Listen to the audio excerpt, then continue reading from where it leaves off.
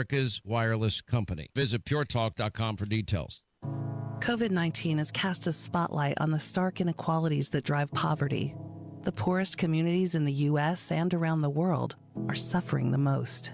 Oxfam believes we can put systems in place to protect health and livelihoods in the future if we work together with dignity and compassion.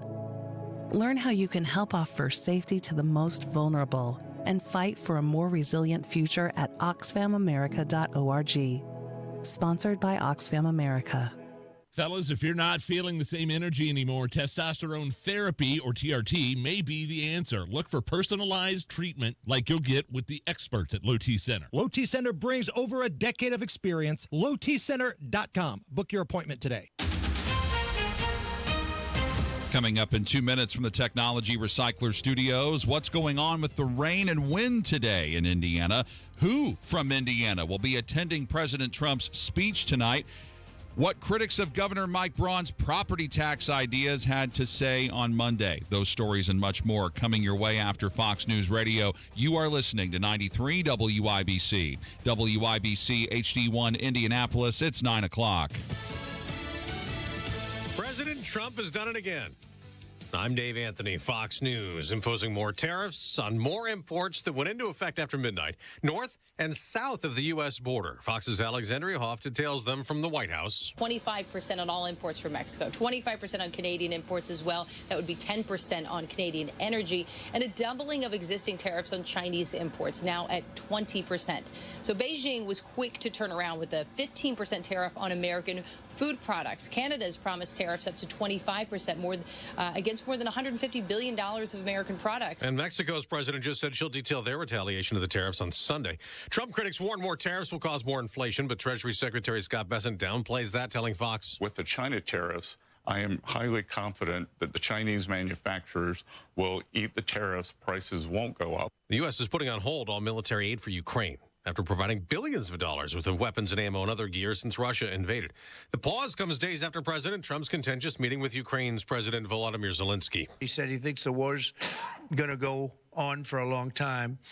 And he better not be right about that. And we'll hear from the president tonight when he addresses the nation before a joint session of Congress. White House Press Secretary Caroline Leavitt just told Fox he will talk about his intention to end the war in Ukraine, talk about his plan to bring all of the hostages out of Gaza home. And he's also going to make an ask of Congress tonight. We need more border funding to continue with these deportations that have been incredibly successful. Now, Democrats disagree. Here's Senate Minority Leader Chuck Schumer. Expect Donald Trump to say many things that are false, including perhaps Russian information. Some Democrats plan to invite laid-off federal workers protesting Elon Musk and DOJ-led cutbacks. There are blizzard or winter warnings from Colorado to Missouri to Wisconsin, while the threat of thunderstorms and powerful wind gusts affect Mardi Gras parades in New Orleans. Texas also affected. There are more than 300,000 power outages. America's listening to Fox News. 93 WIBC Mobile News. On the level, on the go. Some of it already got here. You've got a cloudy sky, and it's 51 degrees on Monument Circle. Radar clear around the Indy Metro. I'm John Herrick. Here's what's trending at 9:02. Rain has already hit parts of Indiana today. We had a few showers and thunderstorms earlier this morning up in the Lafayette area. Nothing severe, but the more widespread showers and thunderstorms will come in late this afternoon and continue overnight. Greg Swain with the National Weather Service in Indianapolis says some wind gusts could also reach around 40 miles an hour. Who's your guest to go to the joint session of Congress? Chris Davis reports. Members of Congress get the privilege of inviting people to be their guest as the president gives the address. Sheriff Randy Rutter was announced as the guest of East Central Indiana Congressman Jefferson Shreve Monday, partly because of his close partnership with ICE. That partnership is credited with taking drug dealers, some of whom were illegal immigrants, off the streets in Wayne County. Rutter says he's honored to be Shreve's guest. Chris Davis, 93 WIBC Mobile News. You may have heard by now about Governor Mike Braun's proposed property tax relief bill. Senate Bill 1 aims to provide property tax relief, yet it does so at the expense of vital funding for public services. including schools. Fort Wayne Community School Superintendent Mark Daniel, in a press conference Monday, he wrote a letter to Hoosier lawmakers telling them to scale back some of the relief being offered. He says it will lead to significantly less money to vital government services. Braun's also expanding paid parental leave for state employees. He signed an executive order on Monday expanding childbirth recovery by 6 weeks and 8 weeks for mothers who have a child by C-section. More info on that at WIBC.com. Two comedians you may know well are going to perform in downtown Indianapolis this fall. Steve Martin and Martin Short will bring their Dukes of Funnytown show to the Murrah Theater at Old National Center. The show is set for October 25th. General tickets go on sale this Friday. And with traffic now, here's Matt Baer. Yeah, John, looking at northbound 65 slow out of the North Split to Meridian Penn. Southbound 69 Fisher is a stalled semi after 126th Street. The right lane is blocked. Traffic stop and go back to Brooks School Road. Crash southbound 465 on the east side at Fall Creek. It's on the shoulder. And a reminder, East 71st Street closed over 465 on the northeast side. This is because of bridge work. That'll be shut down until 2:30 p.m. Traffic sponsored by PureTalk.com. It's time to ditch big wireless. Pure Talk gives you unlimited talk, text, and data for just $25 a month on their 5G network. Dial pound 250 and say keyword switch now to save 50% off your first month. I'm Matt Baer with Traffic on the Fives. Follow us at WIBC Traffic. Life insurance is one of those things that just about everybody needs, but few people actually have. Hey, if you die unexpectedly without life insurance, guess what? You'll leave your family with even a bigger mess. Life insurance will help replace your family's income. It'll help cover burial expenses. Life insurance can even help pay off debt like credit cards and medical bills. Life insurance can even pay for college. And if you own a business and you die, life insurance can help your business from collapsing. It can even help cover estate taxes. Life insurance has never been more affordable and needed. Plus, you can always shop around even if you have a plan and save some money. So call the Life Insurance Quote Line right now for free pricing information.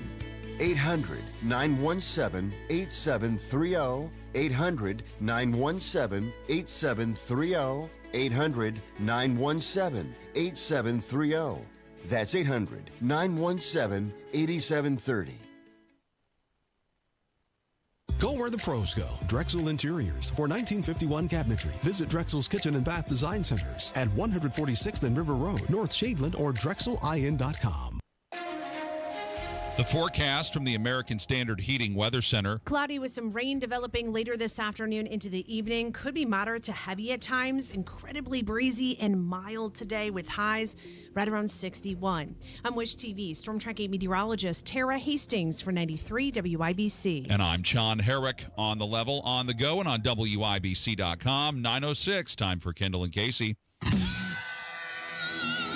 You're listening to Rob Kendall. When we talk about sending money somewhere, we're talking about printing the money because we have no money. And Casey Daniels. My government would never lie to me, would they? On 93 WIBC. They have a plan, but you don't get to know what it is yet. Shh, it's a secret. Let's try to make some sense of this. It is the Kendall and Casey show. I'm Rob. Casey's out today. Ethan Hatcher from Saturday Night on the Circle joins us today. Kev is here as well. All right, so there was a late day media gathering between the governor, Mike Braun, and the Speaker of the House, Todd Houston. And as part of this, now they touched on, as my understanding, they touched on a variety of topics, but one of the things, and it made news, Garrett Berquist from Wish TV tweeted this out, and he said, I'll just read you the tweet. It says, breaking, Governor Braun and Todd Houston announce a deal for new language to be amended into the property tax relief bill. Neither provides details. And then goes on to say, bill is scheduled for a hearing tomorrow in Ways and Means, or Wednesday, Ways and Means, 1:30, room 404. And everybody's like freaking out. They're like, what? What happened here? Yeah. What did they agree to? Why aren't you telling anyone? And then over the past, basically, I don't know what it's been, 12 plus hours, longer than that now, 16 plus hours, people have been trying to piece together what this means for the property tax relief bill, because people are just going, there's no way Braun would sign on to anything that doesn't include some sort of meaningful reset, given all the political capital he's put into this already, all the people that are behind him. And people are like, well, if Houston's for it, probably not good for us. Right. So what did these two guys come up with? Time is short before Ways and Means. I'm a little bit baffled at what the benefit would be of announcing a plan without telling people what it is less than 24 hours before it's supposed to be rolled out. Who was behind this, Rob? Like, where's the strategy? Is one of these parties trying to muscle the other into some sort of agreement? Okay, so there's a couple things at play here. I was told by a very reliable source that this may have not been reported in the most accurate fashion, in the sense that they may have come to an agreement on some sort of language about something in this bill, but there is no deal. Like, there is no, hey, Braun's on board and signing the bill and whatever it is. Hey, Braun's signed a blood oath, right? Like, that did not happen. So a couple things are at play here. One, they kind of did this to themselves, though, by not coming out and saying, look, we have been negotiating. We still have areas we're working through. Here's something we agree on, and this is the thing. I think they really kind of maybe did some of this to themselves, because if you'd have just said, look, we are still working through this. We had a positive conversation. There's areas we're still trying to piece together, but right now we agree on this thing.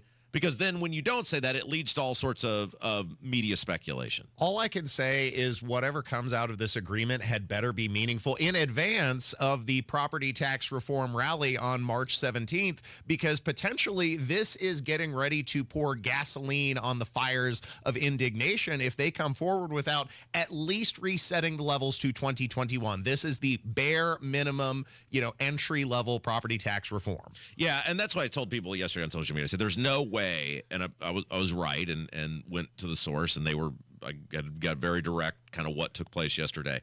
There's no way Braun would agree. He can't. Right. He can't. And it's good. This is a good thing. I'm saying this in a positive way. Braun has listened to the people. He's heard the overwhelming response from regular people. Take the government people who have a vested interest, financial interest in the outcome of something. The people, the regular folks, are overwhelmingly demanding meaningful property tax reform. He has come up with a pretty good plan that accomplishes what needs to be accomplished, and he's too far down the trail now to pull out and go, well, okay, we got half the apple here, right? And I said, there's no way. I said, everybody, there's got to be a catch here. There's got to be a glitch. Like either this wasn't exactly reported, totally accurate, or whatever, or misunderstood, or they didn't articulate it properly. Because there's no way Braun would sign it. It would be, unless Houston came out and said, I agree to the resets, the full resets, it would be asinine of Braun at this stage of the game with 6 weeks left to go, or whatever it is in the General Assembly, to sign off on anything that doesn't give him everything that he wants. But we've already kind of hinted at, we're all collectively waiting waiting and holding our breath to see how Todd Houston is going to screw the Hoosier taxpayer. Well, that's because right. we know that's going to happen. I mean, we're the jury's still out on Braun, like Bonnie Tyler. We're holding out for a hero, and hopefully he is that guy.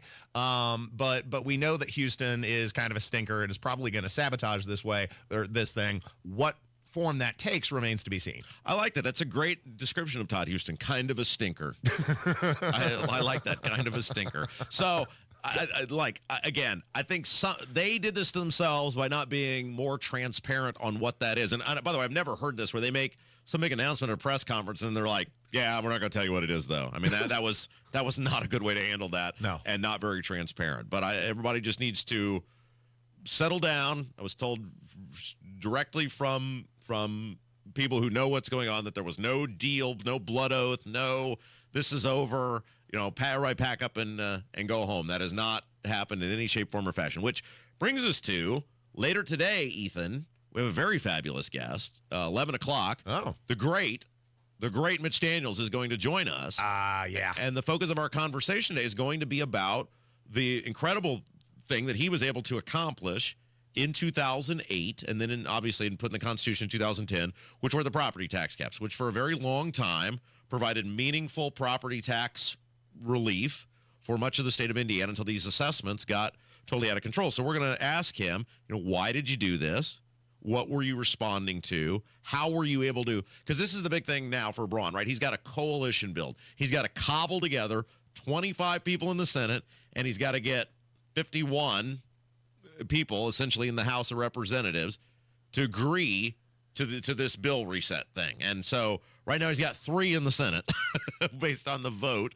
And how do you do that? So we're going to ask Mitch, how did you bring all these factions together of people? How did you accomplish this? What do you think the impact of property tax reform was in the long term? So that's coming up today at 11 o'clock. You know, let's pause for a second, Rob, and contemplate, and something that you remark on all the time, what an indictment this is on the Republican Party in Indiana, that we have to coalition build on property tax reform, which is something that should be a centerpiece issue, a foundational issue for Republicans anywhere, but we got to fight for it here in the state of Indiana, which is ridiculous. I was talking today, earlier this morning, with a respected member of the Indianapolis media who I will not name because this is a person who just calls the news as it's presented to them. This is not a commentator, so I will not name them.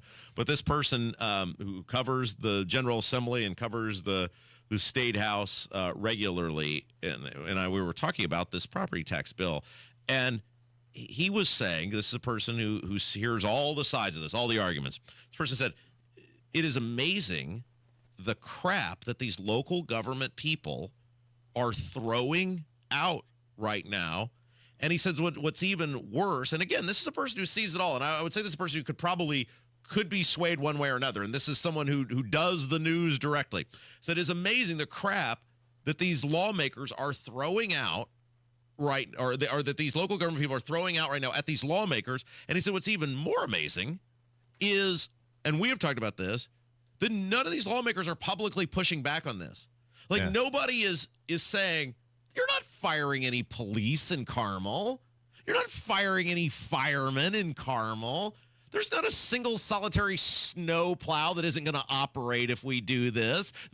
There's no street lights that are going to take effect. The libraries are going to be just fine. And this person who is a straight news person was like, it's amazing that nobody pushes back on these people. I mean, we saw this article at WIBC yesterday, the Fort Wayne school system. Yeah. Oh, no, Fort Wayne Schools is against property tax reform. Oh, we ought to just pack up and leave. I'm glad that you mentioned the snow plows in particular, which, of course, was something Democrat Greg Taylor was threatening would go away if property tax reform would be achieved. But think about the utter shamelessness of it, Rob. I have never seen a worse snow response, a snowplow response here in Indianapolis when other communities had figured it out and deployed the salt. Nothing was plowed here. Nothing was salted here. Indianapolis was basically left to melt and, figure your own self out, especially if you're on one of these side streets. And then you're threatening to take the service away. Property tax is record highs and the service has never been worse. What are you talking about? Yeah, good point. All right. So, we'll get into this more throughout the course of the show today. Just a reminder, House Ways and Means is hearing the gutted Senate Bill 1 tomorrow at 1:30, room 404 in the State House. We had J.D. Prescott on yesterday. He said if you can come testify and support, please do. But if you can't, he will gladly take your emails. He's on Ways and Means, and he will present those to his colleagues. His email, send it today, get it out. Say, hey, we support Braun's property tax reset. If you want to tell him your property tax story, he'd love to hear it. h33@iga.in.gov, h33@iga.in.gov. And those emails do make a difference, and we have a real ally in J.D. Prescott on that committee. And, of course, a reminder as well, property tax rally, March the 17th, 1 p.m., Indiana State House. Wear your green. Our goal is to make this the largest, biggest, most powerful thing that has ever taken place in the State House. We want to make the walls literally shake. JD's supposed to get us the fire code limit. I think he's going to try to get that to us today, and we want to break whatever that number is. And this is your Custer's last stand. This is your chance to have your voice heard. Let them know you're pissed off. We've taken care of all the legalese to make that happen, and all you got to do is just show up and be loud and be respectful, be law-abiding, but it's your chance to have your voice heard. So, all right, let's take a break. Trump, when we come back, Trump cutting off all aid to the Ukraine. I love this. Kendall Casey Show, 93 WIBC. No matter where you head on your commute, Matt Bear is there. Paris. Les Champs-Élysées sont un véritable parking ce matin. Warsaw. W drodze do pracy, wyjdź trochę wcześniej. Or Brazil. Temos bisbilhotice no Rio de Janeiro. Não haja como turista. Matt, these are all cities in Indiana. Oh, that makes my job easier. Making your commute easier. Matt Bear Traffic. Mornings and afternoons on 93 WIBC. You still thinking job change in the new year? Yeah, I need something that's in high demand and more stable in this economy. IT?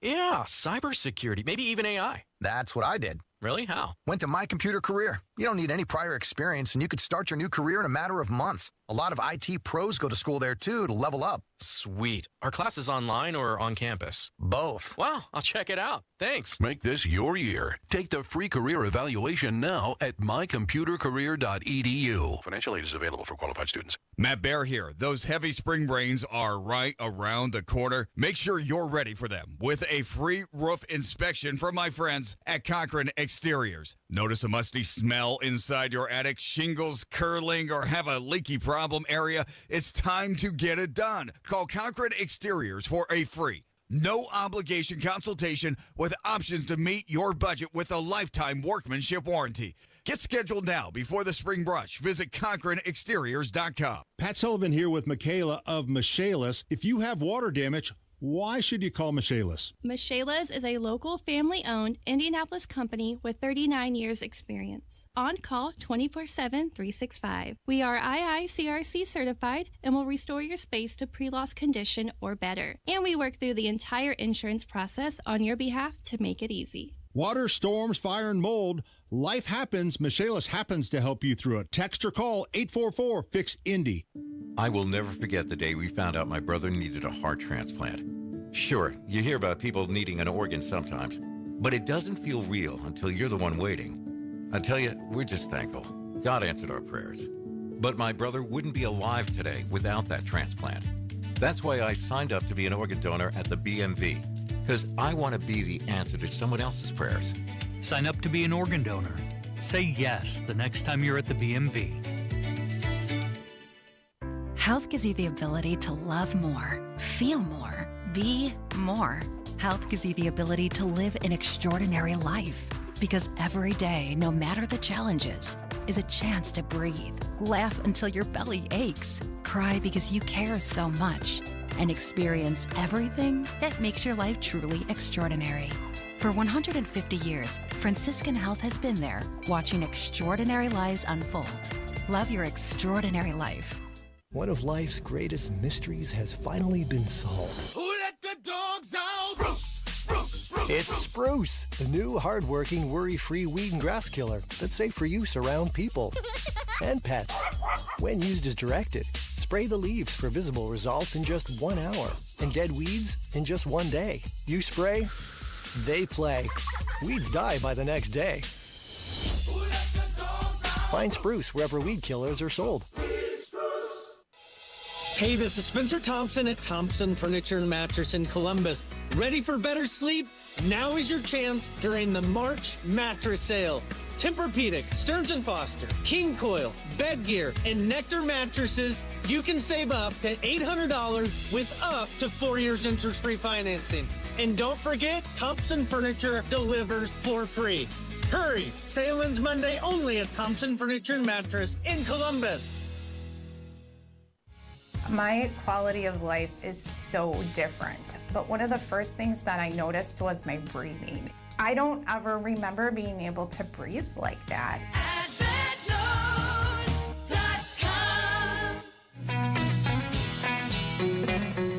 So Trump says no more aid to the Ukraine until they get their act together. I love this.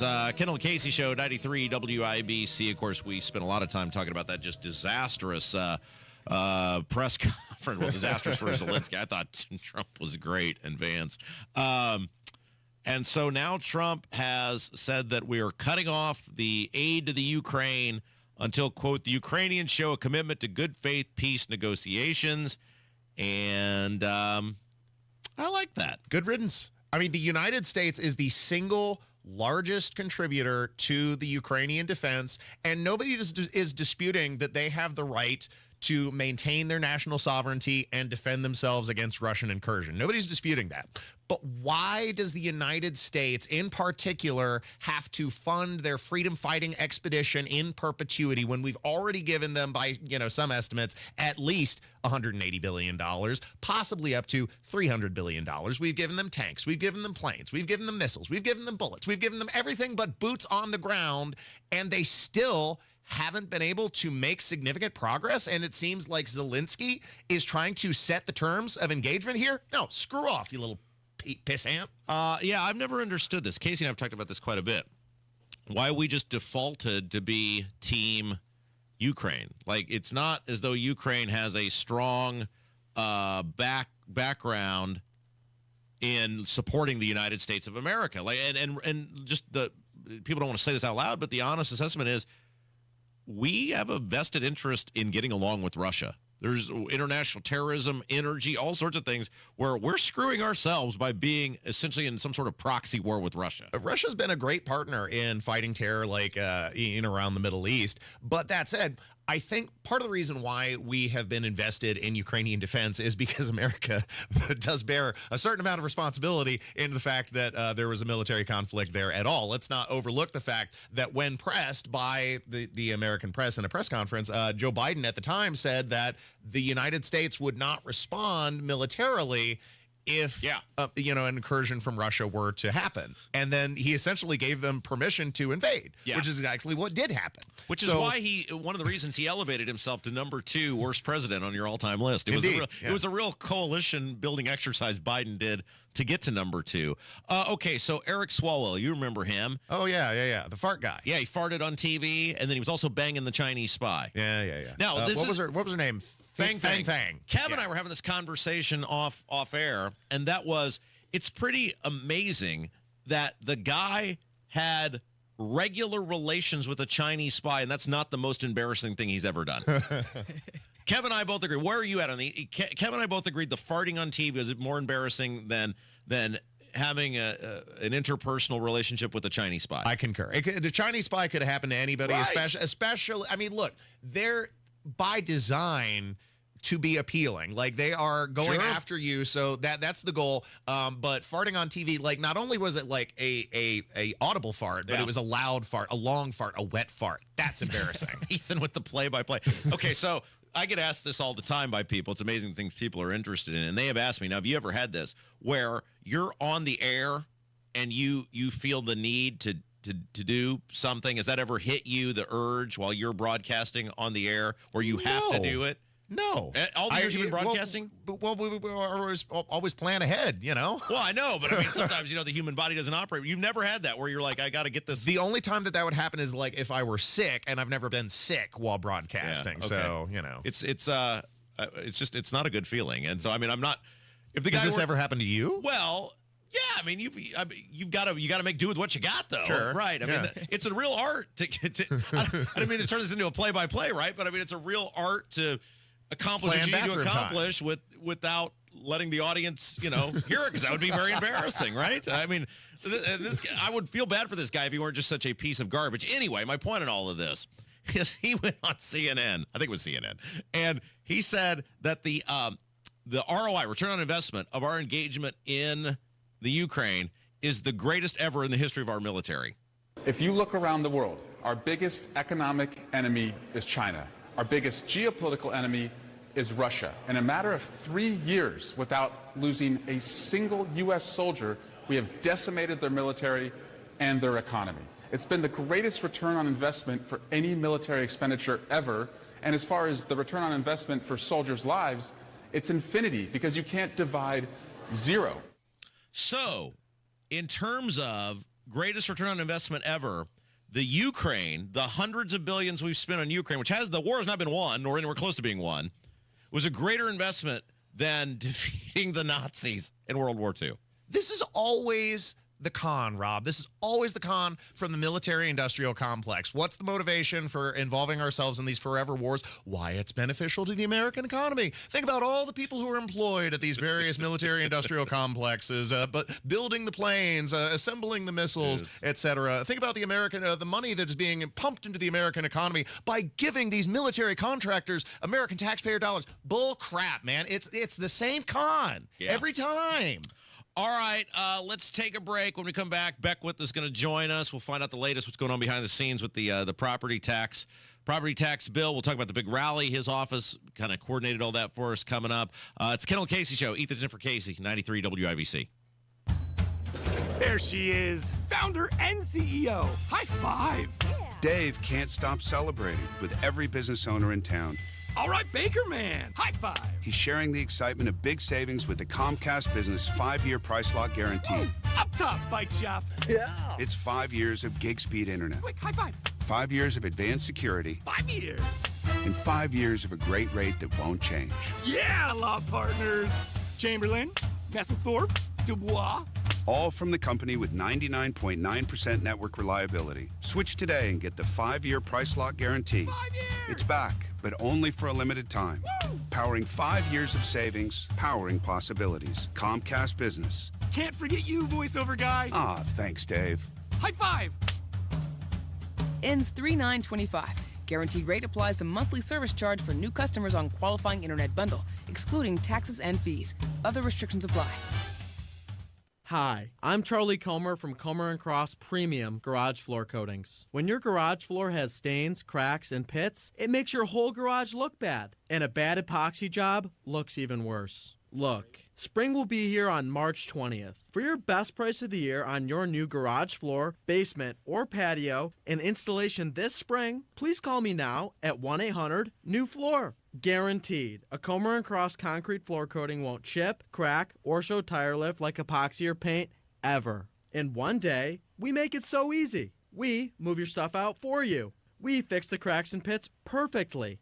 And apply your gleaming new Comer & Cross concrete floor in 6 stages, just in time for spring. For your best price of the year on your new garage floor, basement, or patio, and installation by spring, please call me now at 1-800-NEW-FLOOR. That's 1-800-NEW-FLOOR. Or go to COMERcross.com. 93 WIBC Mobile News. On the level, on the go.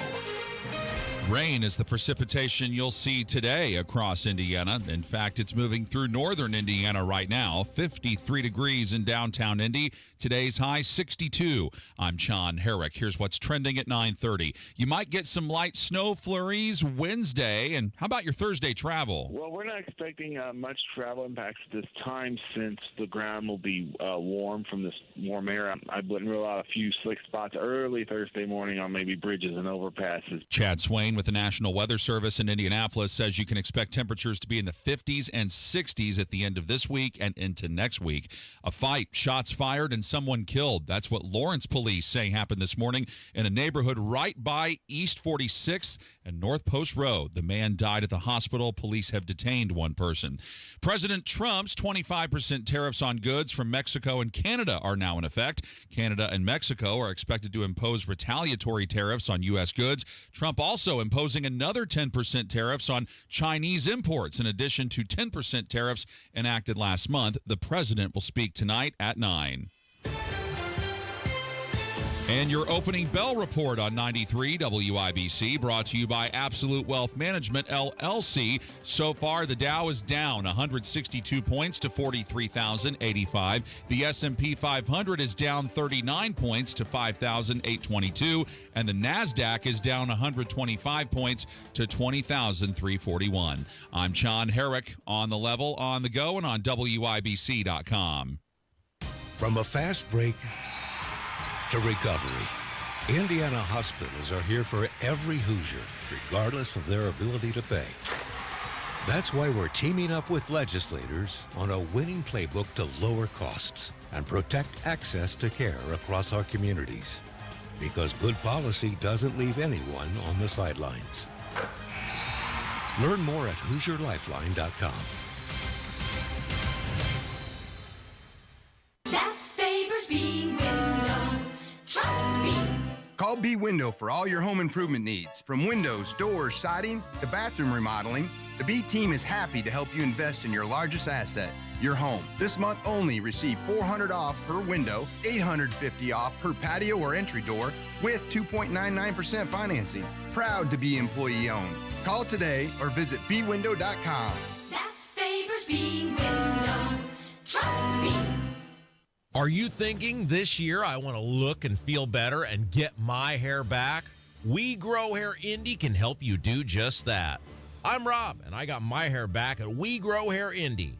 Here's Darren Andrews, clinic director, to tell you why I chose them. For nearly 20 years, we've helped thousands of clients grow their hair back, and we can help you. We're one of only 2 places in the entire country to offer the Artist Robotic FUE and multi-unit hair grafting. I got multi-unit hair grafting. I love the results and cannot believe how much hair I got back. I can't recommend them enough. Call right now, 317-522-2995 for a free evaluation. Great technology, great company, great people, great results. Go to WeGrowHairIndy.com, see my results, and call 317-522-2995. 317-522-2995. Don't you want to say, I got my hair back? Go where the pros go. Drexel Interiors for 1951 cabinetry. Visit Drexel's Kitchen and Bath Design Centers at 146th and River Road, North Shadeland, or DrexelIN.com. Well, a change was made uptown and the big man Joe in the bay. It is the Kendall Casey Show. I'm Rob. Ethan's in for Casey today. Indiana General Assembly back in the swing of things. Let's find out what's in store potentially for the big property tax bill. Micah Beckwith, the Lieutenant Governor for the state of Indiana, joins us now on the WIBC hotline. All right, Beckwith, before we get to this big powwow that Braun and Houston had yesterday and try to make some sense of that, there was some sort of basketball, some sort of athletic quest between the House and Senate last night. Is that my understanding? There was, and it was great until everyone started getting hurt. Well, by everyone, I mean me. So, Wait. You're by far I don't know by far, but you are one of the youngest people. And I don't mean to make any offense, but there's no way I see Mike Young doing anything remotely athletic. You know who was really good was Mike Gaskell. I mean, that guy, he's I don't believe 61 you. years old, and I'm telling you, he legitimately was the best player on the Senate team last night, and it was impressive. I was like, man, that guy's got some chops. I mean, a lot of these guys and girls look like they've got one foot in the grave and another foot on a banana peel. Like, I have a hard time believing that they went out and did at Gainbridge Fieldhouse some sort of high-level athletic questing. The Boomers were very athletic children, Rob. They actually ran around and played in the grass. That's right. Who won? The House had some. Well, the House won. The Senate's won the last 2 times. The House won this time, and here's why: because the House this year had some young guns that came in. So you got, a former Colts player. So you got Hunter Smith, who is on the House, and you have Danny Lopez, who's on the House. They're both new. Danny works for the Pacers, so he better be good. You know, he probably plays at Gainbridge every afternoon just for his workouts. So, and then they had some pretty good talent over there in the House. So it was a lot of fun. It was really cool to see the camaraderie and. Oh yeah, yes, they're sticking it to the taxpayers, and it is great to see the camaraderie, Micah. Our listeners are hearing that right now, and they're just thrilled as they're gutting Senate Bill 1, and they're just thrilled that there's camaraderie amongst the just forcing the taxpayers to bend over. Yes, it's great. Thank you. Did you hear that Gainbridge is going to do like a reclining roof or something like that? Did you hear about that? All right, so enough out of you. Braun and Houston, Todd Houston, the speaker, had some sort of big meeting. Then they come out and go, we've agreed on, according to Wish TV, they've agreed to some sort of language, but we're not going to tell you what it is. Then everybody's up in arms over that because they think Houston's for is probably going to be bad for the people. But then the Braun people were like, yeah, there's nothing that's been agreed to or signed. So, this seems like they handled this about as poorly as they possibly could. Well, I mean, I don't know about that. I think this is part of the negotiations, right? I mean, I'm sure Braun is trying to tell the House, hey, listen, like the people put, the Braun Beckwith team in office to get property tax relief. This is our signature agenda, and we want to see something meaningful. And it's not gonna make the House look good if Governor Braun has to veto something that comes to his desk later in the session. And so I think everyone knows, like, this is a really complicated, hard issue, but at the same time, the governor is leading pretty well on this, and I think he's taking the reins. The fact that he had the meeting with the speaker, to me, just says he's doing what Trump does. He's calling in leaders and saying, hey, listen, I was put here by the people for a reason. Now, I need you to get behind this, or else, it's not going to go over very well come the end of session. So I'm encouraged still. And again, let's see what the language comes. And I think we'd be all speculating if we said we knew exactly what the language was going to be at this point. I'm potentially encouraged, Micah, but I'm also very confused. Can you explain the political strategy to me? What would be the benefit of announcing an agreement if an agreement doesn't exist? Is the governor potentially trying to strong-arm Houston into forming something good? I mean, I don't understand what's to be gained here. Well, my when I saw this and the way it came out, to me, it was more of, hey, we are working hard behind the scenes. Like, we're not just – a lot of people have been questioning, like, is there anything really getting done? You know, are you guys really doing anything? And I think the fact that Governor Braun and Speaker Houston actually met together, came out, did a press conference, it's like, hey, like, we're having conversations. And you know the best way to tackle any major problem is you got to sit down and you have to have conversations with all parties. I mean, this is what Reagan showed us during the Cold War when he, sat down with the Soviets. This is what Trump is doing right now when he's sitting down with the Russians. Like, we have to get all sides together. We can't just, blast them over the media and then expect anything get done. And so, I mean, again, to your point, Ethan, I'm encouraged. I'm cautiously optimistic, and I want to emphasize cautiously there. I think comparing Todd Houston to a bunch of Russians is the best analogy I've heard in a long time, Micah. You get the goal. That is not what I said. You get the making a point. We got to get all sides to the table.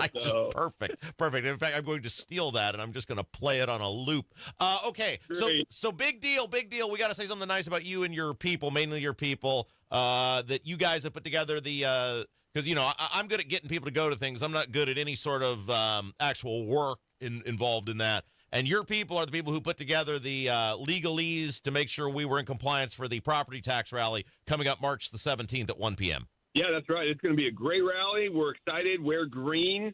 I think it's perfect. We got to give credit to Casey because he's the one that came up with the idea of doing it on St. Patty's Day and wear green, to kind of say, hey, government, get your hands out of our pocketbooks there. And so I'm excited. You guys are obviously going to be the hit of the whole State House. You're going to be recording or broadcasting live, I think, from the third floor there, and then we're going to go do the rally, and it's going to be a fantastic day just to let legislators know, hey, the people are serious about fixing property taxes. You have to give a speech too, right? Like you don't just get to not participate. You are the opening act. The Hammer comes up, says a few things, introduces you. You're the leadoff batter. The leadoff batter sets the tone. If you bomb out, it's going to ruin the whole thing.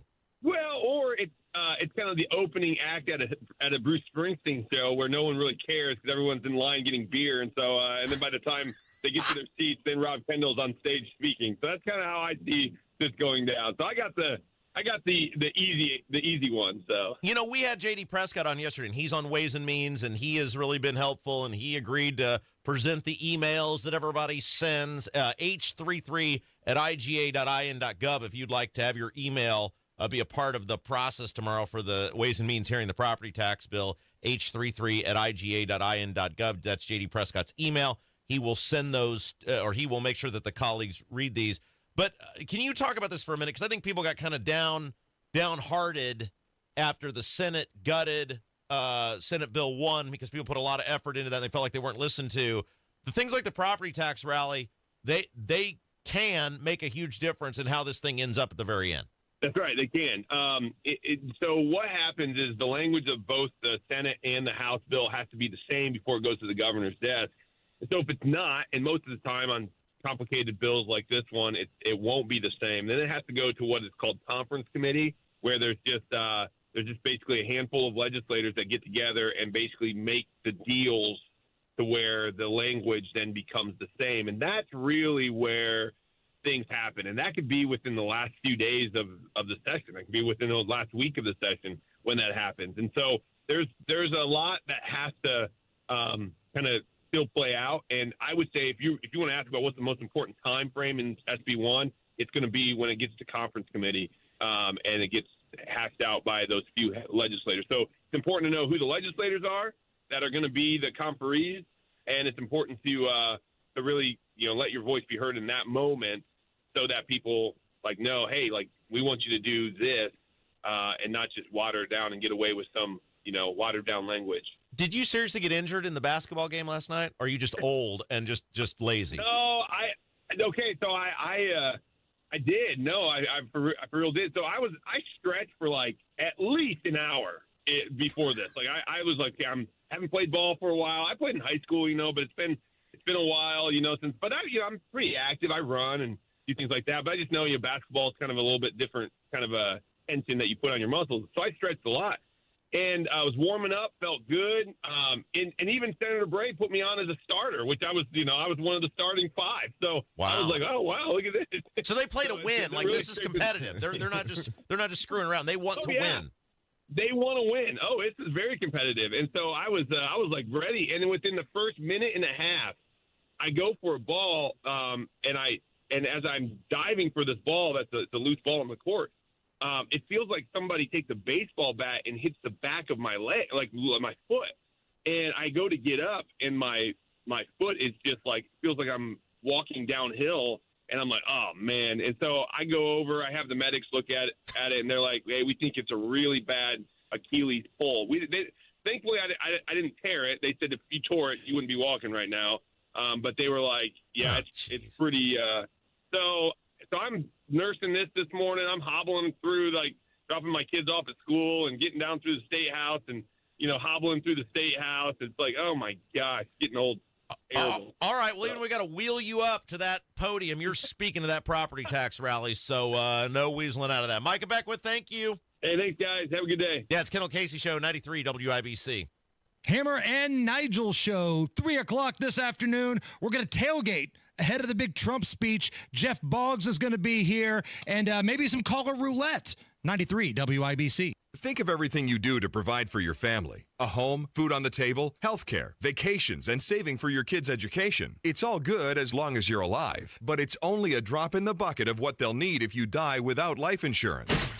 Buying term life insurance is not something you can afford to put off. Call the Term Lifeline now for the lowest possible rates on quality term life insurance. Term life rates are at all-time lows, and we can save you up to 70%. If you already have coverage, you could be paying too much. One call could save you thousands of dollars. We have great rates for smokers, too, or if you have health problems. Providing for today is good, but it's not enough if you die prematurely. Call the Term Lifeline today for a free quote. Protect your family and see if you could save up to 70%. 866-549-TERM. 866-549-TERM. 866-549-TERM. That's 866-549-8376. If you're living with dry age-related macular degeneration or dry AMD, you may be at risk for developing geographic atrophy or GA.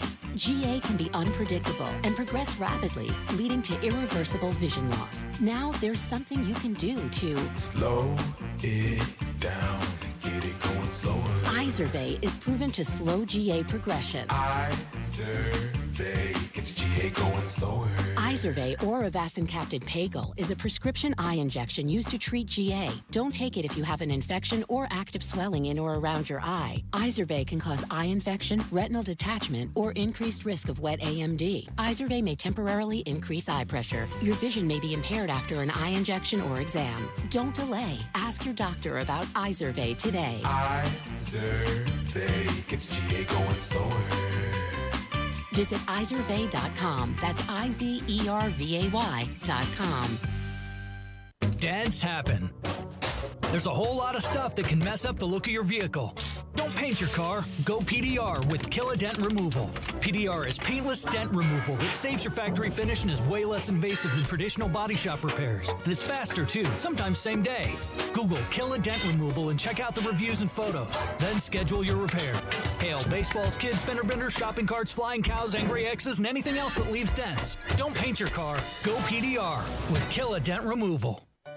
Discover cancer care that empowers you at Community Health Network MD Anderson Cancer Center. Our multidisciplinary care team will guide you every step along the way. It was very overwhelming at first, but I found this whole community of people who are understanding and just very supportive.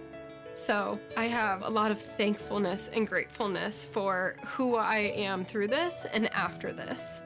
Learn more at ecommunity.com/cancer. I'll say this.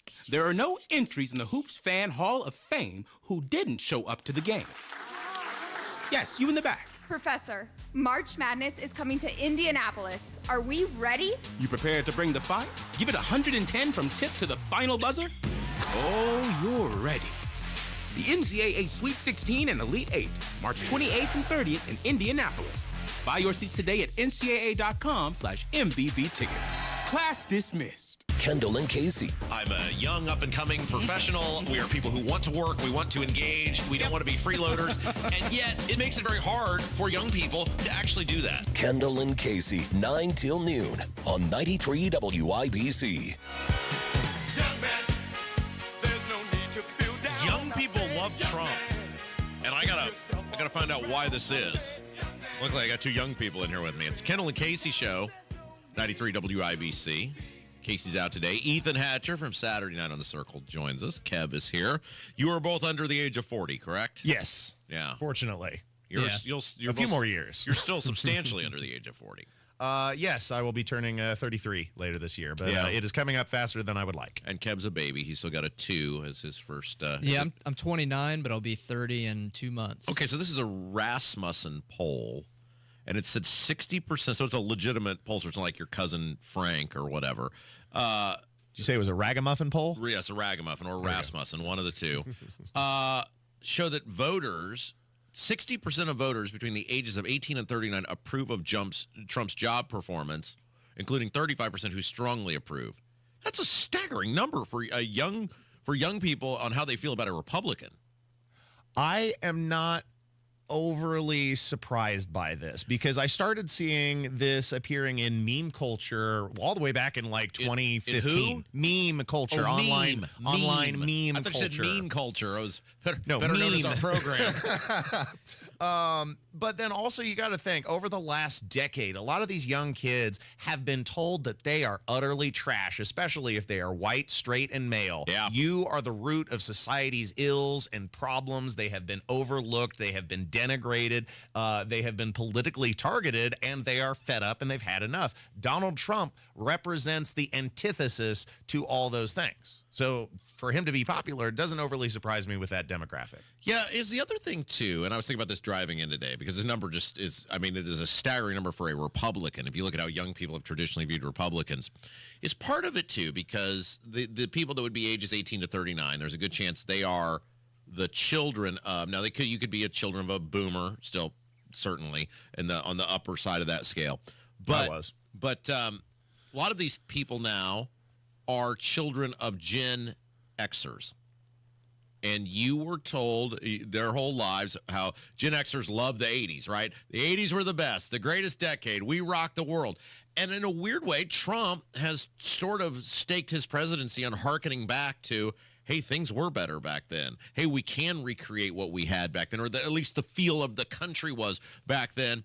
I don't know. Maybe I'm grasping at straws with this, but is it a big part of that they've been influenced by their parents, and maybe they've been taught, you don't believe everything you read. You got to learn for yourself, and if you exactly examine what the guy's done, he's kind of done an okay job. See, I think that's an interesting take because I think a lot of these kids have been thrown under the bus by their parents. I think a lot of these kids have been left to the wolves or thrown to the school system by their parents, and they're rebelling against that. Maybe I'm misreading this. No, well, there is no right or wrong answer. I mean, there's some reasons, and there's probably likely a variety of reasons. But what's interesting is that's 10 points higher than which is now my age group, 40 to 64. So he's doing much better amongst young people than what he's doing in the middle age generation. That's me now. I'm a middle-aged person, Ethan.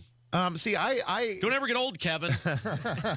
It'll hit you in a blink of an eye. See, it's just like a Jackson Browne song. That would make me circle back around to believing that in some way this is a parental rebellion, because didn't we kind of see a version of this circa 2008 when Obama was enormously popular with young people and they were rebelling against their more conservative parents? Yeah, more voters in the youngest age group think that, this is according to the Post-Millennial on this Rasmussen poll, also said the country was heading in the right direction. 54% in the 18 to 39 age bracket say the country is headed in the right direction.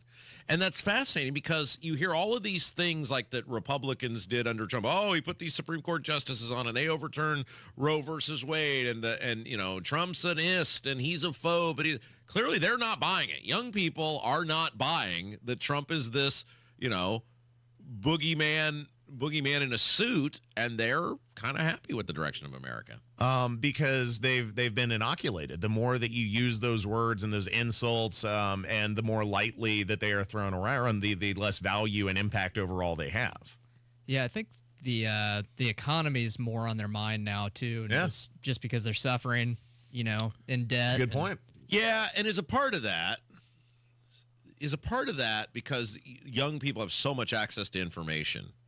It used to be media puts something out there, people run with it, and then that's the thing. Spanglish and I were talking about this yesterday when we played that clip of Bill Murray talking about the Bob Woodward, and saying, when I read Wired, I knew this guy was just full of crap. And I think maybe Woodward might have framed Nixon, because if I knew this stuff he's writing about Belushi was such crap, think about the other stuff that he's written is probably crap too. And as a big part of it, you know, Spanglish and I were talking about this, that there used to be, there's only certain places you can get information from. They all kind of share. They run with the story. Somebody goes with it, and that's then becomes your perception of this. Versus young people now, because they have, you know, Twitter and all these other things that they just consume information all day, it's harder to pull bullcrap on people. I question that they have access to more information. I question whether it is better information, because we often create silos and niches where all it is an echo chamber, but that's not necessarily conducive to a quest for truth. All right.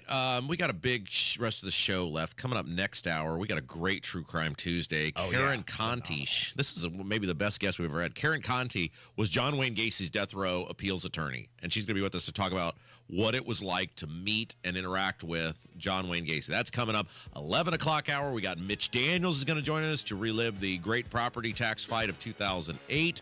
And rough day for the Dow. Boy, those tariffs not off to a great start. It's Kendall Casey Show. Ethan's in for Casey, 93 WIBC.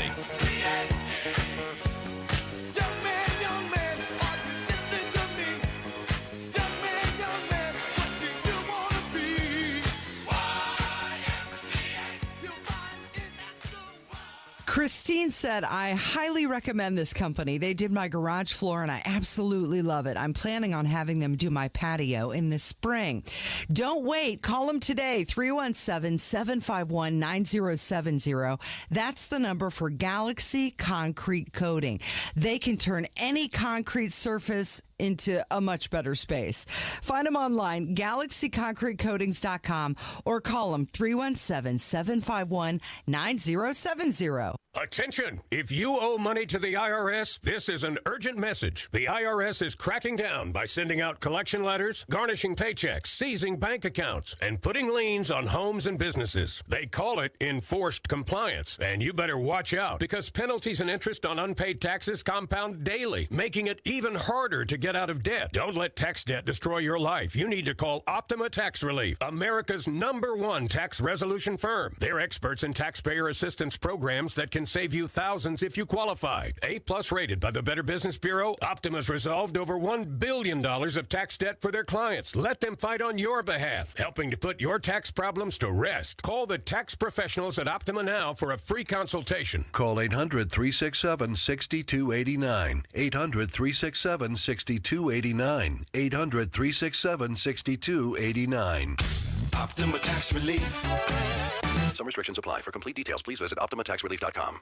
Hey, Bill, where you been? You're overdue for a haircut. Man, listen, my water pipes burst and flooded my house. Place a mess. I've been staying with my daughter till I can figure out what to do. You trying to fix it and move back in? No way. It's too big a mess. It'll cost me tens of thousands of dollars. I ain't got that kind of money. You trying to sell it then? Well, that's what I'd like to do, but who's going to buy my house in this condition? Did you call Simple Quarters? Simple Quarters? Simple Quarters bought our house when we were in a jam. We needed to move real quick.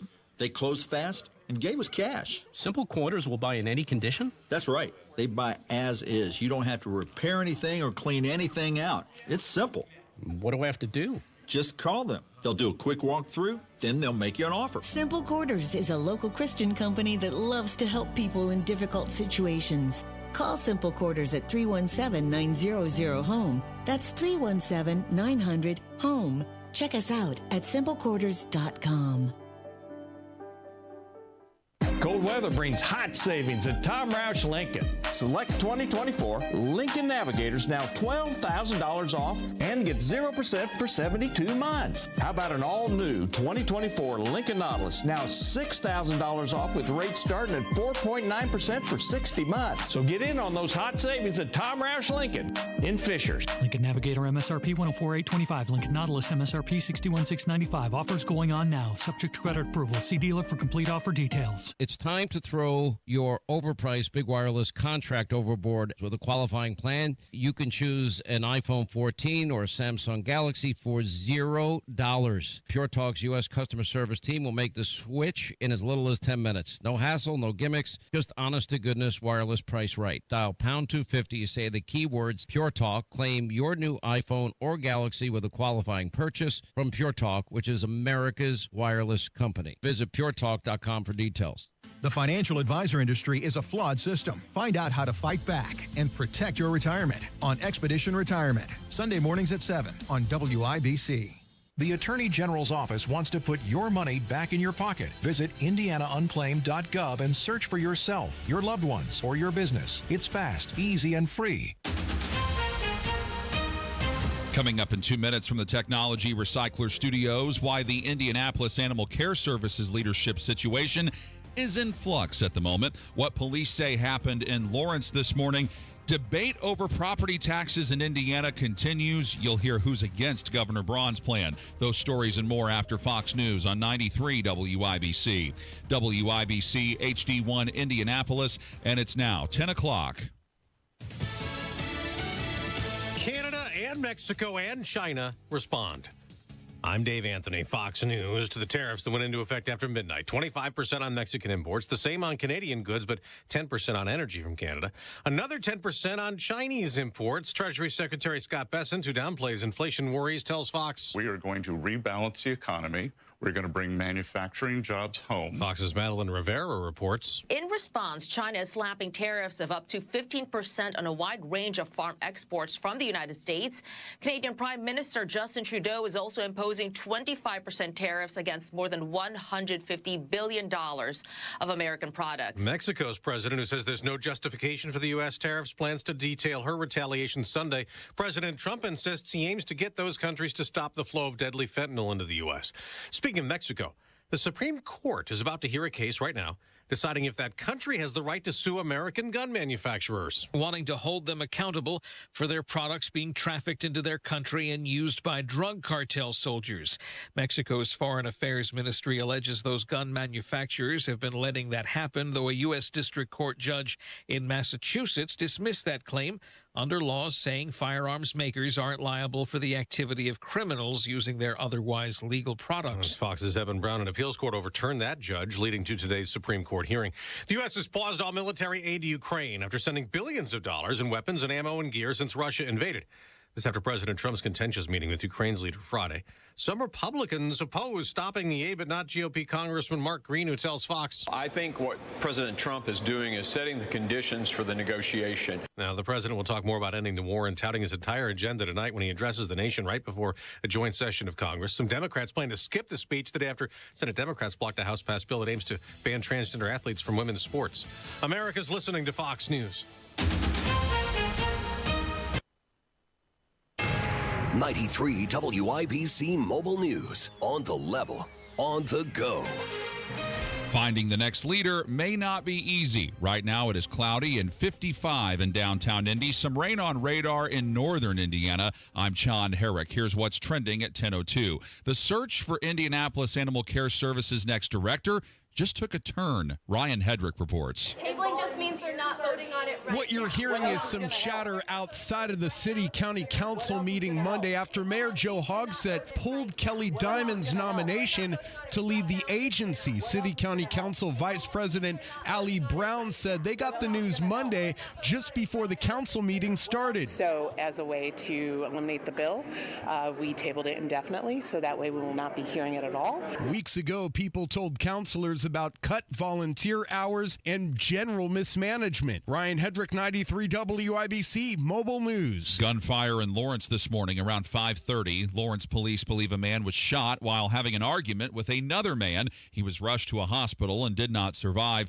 One person was put in handcuffs at the scene. Property tax relief is a focus of Indiana House Speaker Todd Houston, who spoke Monday at the State House. Appreciate the collaboration with Governor Braun, and we'll work with our tremendous Senate partners who care passionately about this issue too, just to do exactly what Governor Braun outlined. We want to create a property tax system that is fair. He says he met with Braun on Monday. Not everyone's on board with Governor Braun's property tax relief plan, like Fort Wayne Community School Superintendent Mark Daniel. While these bills may have well-intended goals, they ultimately create a counterproductive situation that further strains essential community services. He says he's told lawmakers the bills need to be modified a bit so that they don't hurt school districts as much. Men's college hoops tonight. The Purdue Boilermakers playing Rutgers at 7. The Indiana Hoosiers have won 4 in a row. They play the Oregon Ducks, who have won 5 games in a row and are a half game ahead of the Hoosiers in the Big Ten standings. Tip-off at 9 o'clock. Pre-game coverage begins at 8 right here on 93 WIBC. I'm John Herrick on the level, on the go, and on WIBC.com. WIBC News Time, 10:04, and it's Kendall and Casey coming back in 1 minute. Pardon all the noise, folks, but Harvey and I are here at the State Fairgrounds inside the big building, watching them get ready for the largest gun and knife show east of the Mississippi, the Indy 1500. Oh, Harvey's my 6'4" white rabbit, but nobody can see him but me, though. What's that, Harvey? Oh, Harvey wanted me to tell you there'll be the latest in guns and knives and camo and archery and camping equipment, too, at the big show. Excuse me a second, will you? Hey, Harvey, stay away from that hunting gear. It's liable to fall on you. Well, anyway, bring all your old guns and knives and sell them for cash, or get the best price direct from the manufacturers on all your hunting needs. And now, where did Harvey get off to? Harvey, look out! Well, that reminds me, folks, they'll have wild game recipes for rabbit stew at the show, too. Celebrity voice and imaginary character impersonated. The Indy 1500 Gun, Knife, and Outdoor Show this Friday, Saturday, and Sunday at the State Fairgrounds. You're listening to Rob Kendall. When we talk about sending money somewhere, we're talking about printing the money because we have no money. And Casey Daniels. My government would never lie to me, would they? On 93 WIBC. Rough day on the stock market yesterday. Rough day so far today. And so it is the big question. How much pain are we willing to feel to fix something that's broken? It's Kendall and Casey show. I'm Rob. Ethan's in for Casey today. You can hear Ethan, of course, Saturday night on The Circle. Saturday night, 7 o'clock here on WIBC.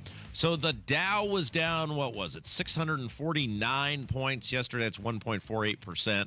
It's down like 618 this morning, another 1.43%. You put those two numbers together, it's like 1,300 points. That's a lot, and it is tied to these tariffs beginning to take hold that were delayed for a month between Canada, Mexico, and the United States. And Ethan, the question is going to be, because this is going to happen for a little bit until the economy can kind of reset itself, how much pain are the American people willing to feel to fix a broken trade system? Oh, no. These multi-billionaires with their huge stock portfolios have only lost a few $1 million because the Dow Jones lost it in less than 1,000 points. Rob, 2 years ago, we were sitting, you know where we were sitting at the Dow Jones 2 years ago? 31,000 points. Oh, wow. We have gained more than 10,000 points on the Dow Jones Industrial in the last 2 years. That's not sustainable. I mean, that's not normal, right? Okay, but my point That's my is point. we have lost a fraction of this. We have gone up more than 11,000 points. We've lost a teeny tiny fraction, and people are losing their minds? This is Okay. ridiculous. So it'll be fascinating. I don't know if Tony has had Matt Will on yet to get his take on this. Matt Will's a very respected economist here in Indiana that Tony has regularly on his show. The economy has always been overcooked, especially the past 5 years. You cannot shut society down and think you're not going to feel long-term, lasting pain in your economy. And yet, because they've printed so much money, they've not only been able to keep the market from going down, it had skyrocketed up because people are like, well, I got all this money. Clearly, inflation is eating up all of it. I got to put it somewhere where I can try to beat inflation. I'll throw it in the market and see what happens. And now it's like the chickens are coming home to roost on that, and it is uplifted on the fact that you have these totally imbalanced trade agreements where we're basically getting screwed, and Trump is like, hey, we got to do something about this. Well, let's further contextualize the enormous inflation of the stock market. In March 23rd of 2020, the stock market, Dow Jones Industrial, was sitting at 21,600 points. What was it? It has 21,600 points. It is now 42,500 points today, doubled. and people are wringing their hands. It's doubled. And so think about this. Like, okay, take your politics, whatever your political leaning is, out of this. If I were to just say you're going to shut society down, you're going to essentially shut off the flow of goods with, ports, etc., transportation, you're going to lock people in their homes, and then 5 years later, the stock market's going to be double what it, like, does that logically make?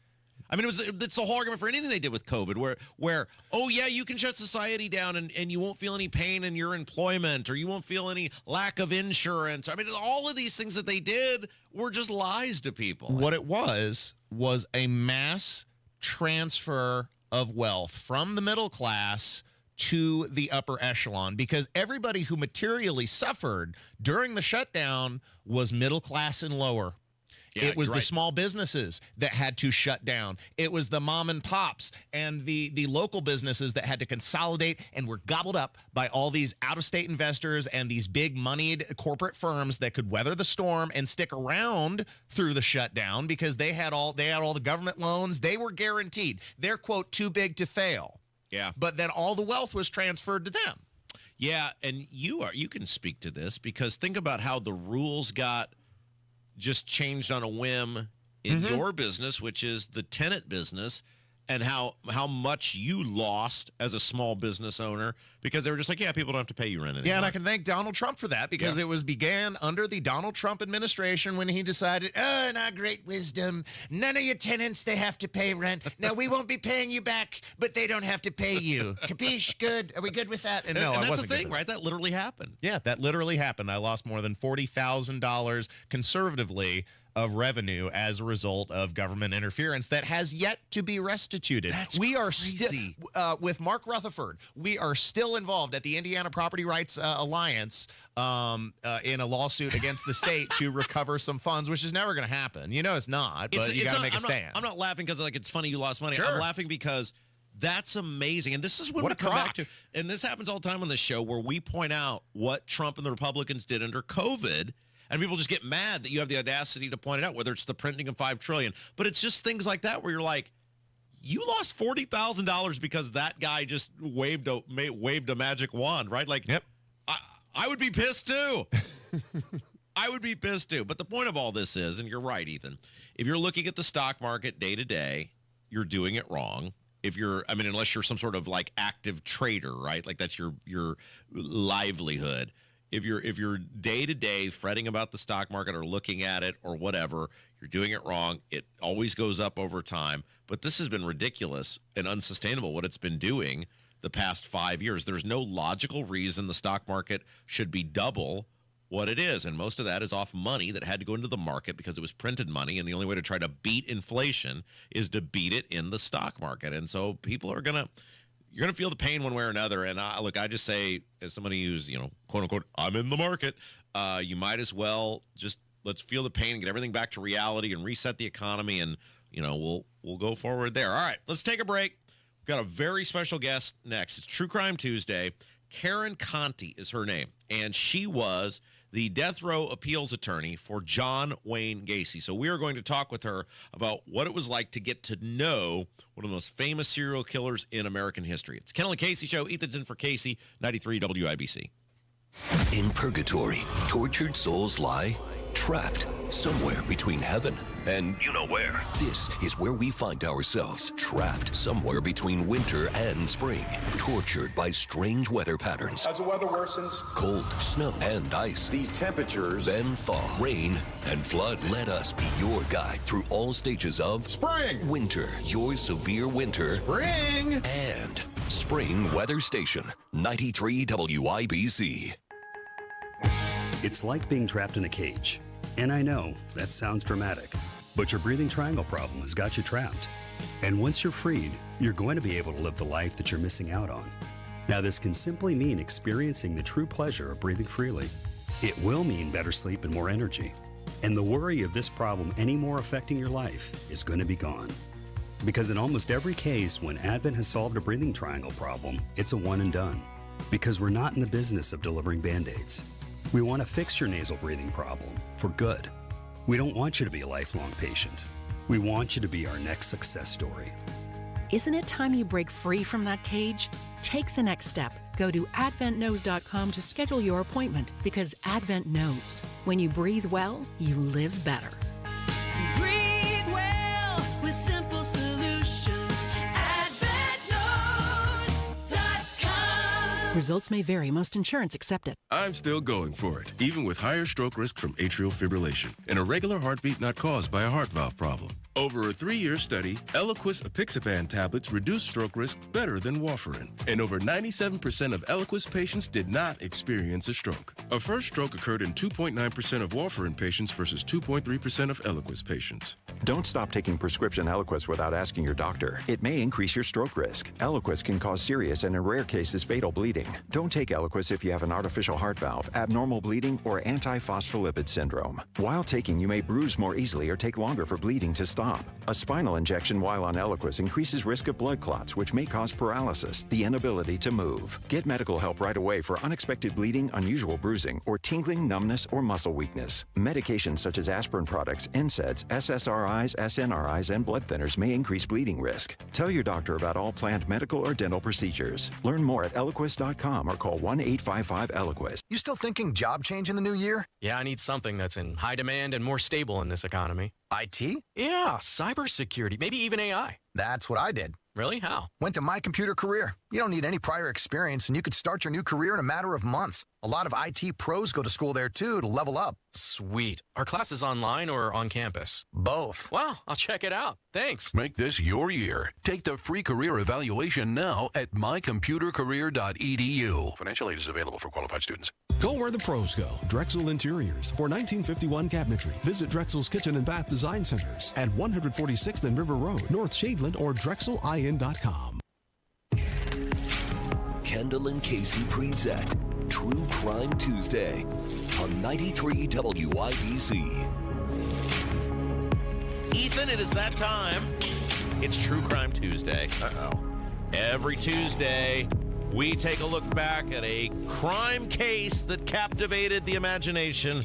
And in terms of this country, maybe nobody captivated the imagination of the American public quite like John Wayne Gacy. Yeah, I think he's one of the top when you think of crimes committed. Yes, and boy, what a fabulous guest we have today. She was actually an attorney who defended John Wayne Gacy during his final death row appeals from 1993 to his execution in May of 1994. Karen Conti is her name. She has a fabulous book out. It's called Killing Time with John Wayne Gacy, defending America's most evil serial killer on death row. All right, Karen joins us now. Karen, how did you get hooked up with John Wayne Gacy? It was just a fluke, really. I had no death penalty experience at the time, but Gacy had a bunch of civil lawsuits that were being filed against him by the prison because he was making those horrible pieces of artwork while he was incarcerated and selling them. And the prison didn't like the fact that he was profiting from his crime, so they sued him. So Gacy, knowing that my partner and I had argued before the U.S. Supreme Court on a First Amendment case, we're kind of specialists in that area, if you will. So he made a call to us to have us come down and visit him him. It's a 6-hour drive from Chicago. We had no intention of representing him in civil matters when he had a death date pending, but I could not help my curiosity. I had to go down there and look him in the eye to see what it was like to look evil, square on. And after we did that, I realized that the death penalty was something I've never been in favor of, and we signed on to help out the team that was already there and represented him until the bitter end. Karen Conti is our guest. She's the author of Killing Time with John Wayne Gacy. She was John Wayne Gacy's attorney towards the end of his death row appeals. Okay, so talk about meeting Gacy for the first time. I mean, I would assume, look, this guy is a celebrity in the sense of he's known, but obviously he's a celebrity for doing super heinous things. How do you approach a guy like that? Well, yeah, because he's a household name and he's a household face. And you go down there and you have this expectation of somebody who's going to look like a monster. But of course he doesn't. Serial killers don't look like monsters. They don't act like monsters. They do their dirty deeds and then they go on to be normal citizens the rest of their lives, right? So when I go down there, Gacy wasn't tall. He was about 5'9", kind of dumpy looking, very pleasant, very affable, funny, engaging. And you sit there and you stare at him and you think, I know what you did, John. I know how many people you tortured and raped and killed, but I can't rectify it. I can't figure out, like, who am I talking to? And, if people ask me if I was ever afraid, it's like, first of all, he wasn't, I wasn't his type, so I wasn't going to be, I wasn't, good point. on the target, right? But I did think to myself, if this guy acts as normal as he is acting, who do I know who's a psychopath who's doing things that I'm dealing with in other cases or in other places? So it just freaks you out is what it does. Karen, this is Ethan from Saturday Night on the Circle. One question that I wanted to ask you, after staring evil in the eye, as you said, and knowing, the heinous crimes that this man committed and the gruesome ways in which he killed and tortured his victims and other sadistic things that he did, walk me through your thought process and the motivation behind taking such a monster off death row. Even like ideological opposition to death row, I can understand. But then I would think when you see this kind of individual in person and are aware of the crimes, like, okay, maybe he's the exception. Well, a lot of people seem to think that he was the exception. If there's a poster child for the death penalty, it's going to be somebody like Gacy. I will tell you, since I was a very young child, I opposed my parents' view on the death penalty. They were both in favor of it. I was always talking to them, like, when I was young, saying, like, if you tell me that, if my room is messed up and you punish me by, messing up my room, well, that doesn't make sense, does it? I would have all these arguments. So I've always been against it for everyone. And again, I never advocated for him to get out of jail. I mean, the thing is, it's a slippery slope. Gacy was certainly guilty. He was guilty 33 times. He had good representation throughout, but there are so many people on death row, not only in Illinois, but across the country, who had horrible representation, who are actually innocent, who are, there's racial discrimination in the death penalty. But, it's sort of like I was representing a cause, if that makes any sense. I was making the argument so that maybe, Gacy's going to be executed. I didn't have any stupid thoughts that I was going to save his life, really. But maybe for the next guy on death row, I was going to be able to save that person's life in the right way. Karen Conti is our guest. She's the author of Killing Time with John Wayne Gacy, defending America's most evil serial killer on death row. She was John Wayne Gacy's attorney at the end of his death row appeals. Okay, so that was kind of my next question. You were under no delusion. I mean, look, America obviously reviled this guy. He was infamous. Everybody knew about him. You weren't under any delusion. Hey, maybe I'm going to find some way to get this guy out of this thing. No, I wasn't delusional, but I know that part of my job as a lawyer, as a defense lawyer, was to put the government through its paces. And if the government was going to execute Gacy, I'm going to lodge all the arguments, I'm going to make my record, and I'm going to try to do my best so that when he's executed, everybody knows that he got a fair trial. And, what was interesting, and appeals, I should say, what was interesting is we uncovered some facts that were really interesting that, maybe should have been followed up on down the line when it comes to other victims and other perpetrators. And so we'll never know because Gacy has been executed. Okay, so obviously Gacy at one point, very early on in the process, confessed, then unconfessed. And I don't even think till the very end he kept up, he didn't do it. I guess maybe, I don't know, is there a statute of limitations? Did he ever come clean with you guys? Like, here's how I did it and why, or did he keep up the charade with you guys till the end? I didn't do it. Yeah, he confessed at first. You're right. When he was arrested, I think he unburdened himself. He had ramped up in the number of murders and the viciousness of his murders, and I think it was like a relief for him to be actually arrested. But over the years on death row, he sort of mellowed, and I didn't do it. The only thing I'm guilty of is, running a cemetery without a license. That's what he used to tell me. So, no, he didn't come clean. And I tried to do my Silence of the Lambs kind of thing with him, saying, like, John, come on, tell me why you did this. Like, what made you this person? Was it your father? Was your father beating you? Is that, and, again, he would never answer me squarely, but I came to my own conclusions reading between the lines. This question is going to sound bizarre, but I've often wondered with these serial killers, because part of what Gacy did is he was able to convince these young boys to come back to his place. Like locally here in Indianapolis, we have a famous serial killer. There's a new documentary about him on Hulu, Herb Baumeister, who was able to kind of do the same thing, different story to get people back to his place, but he sort of the same thing. When you met with Gacy, was there part of him where, because people kind of wonder, like, how did he get all these people to do the things he wanted them to do to put them in the position to be able to kill his victims? When you met with Gacy, was there part of him where you would see, okay, I see how he could talk somebody into doing these things to be able to kill them? Gacy was such a normal guy in the community. I mean, he ran a very successful business. He was politically connected. There was nothing eerie about him. And so these kids, some of them were runaways. Some of them were just kids from the neighborhood who wanted a job. So he would say, hey, come over to my house. I'll pay you, $3 an hour more than you're making now. And then he would get them there. He'd ply them with alcohol, maybe drugs. And then he'd tie them up and trick them into, being in handcuffs. And that was the end of that.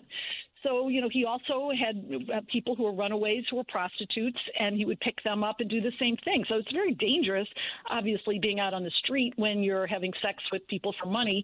And so he took advantage of that. And he took advantage of people whose maybe families weren't going to look for them. And he knew how to be a predator. He was very good at it. He knew the people who were the runaways and the people who no one was going to be saying, where's Johnny tonight? And, until the end when he got caught. So he just, these people, as weird as they are, they're weird in the same way. They know their victims and they know how to do their things without being detected and then go blend right back into society. All right, Karen, tell us about the book, Killing Time with John Wayne Gacy. It's your story, and tell us where we can pick it up. Yeah, you can go to Amazon, as you can go to Amazon for pretty much everything. But I think, my book is about Gacy, but it's more about my relationship with him, which was very interesting. The crimes have been written about, the movies and the documentaries and all of that. And so there's some of that in there. But that's not my story. My story is developing an interesting relationship with a psychopath. And I had to do it to do my job. And parts of it are funny, which sounds weird. And I don't mean to say that anything he did was funny. Please don't mistake me. But it was a fascinating psychological relationship, and I think that the awards that I've gotten for the book have really focused on that piece of it. So I hope everyone reads it and gives me some feedback. Yeah, boy, we're very excited to do this interview today. Karen Conti, the book, Killing Time with John Wayne Gacy, defending America's most evil serial killer on death row. What a great interview. Good luck with everything. You're the best. Thank you. All right. Thanks. Take care. Yeah, it's Kendall Casey Show, 93 WIBC. Community Health Network cares for your heart health. From heart scans and vascular screenings to complex heart procedures, you can count on our expert team for the highest quality cardiovascular care, when and where you need it. Your path to a healthy heart starts with knowing your risk. Schedule a heart scan or vascular screening today. Visit ecommunity.com/heart. Community Health Network. Exceptional care, simply delivered.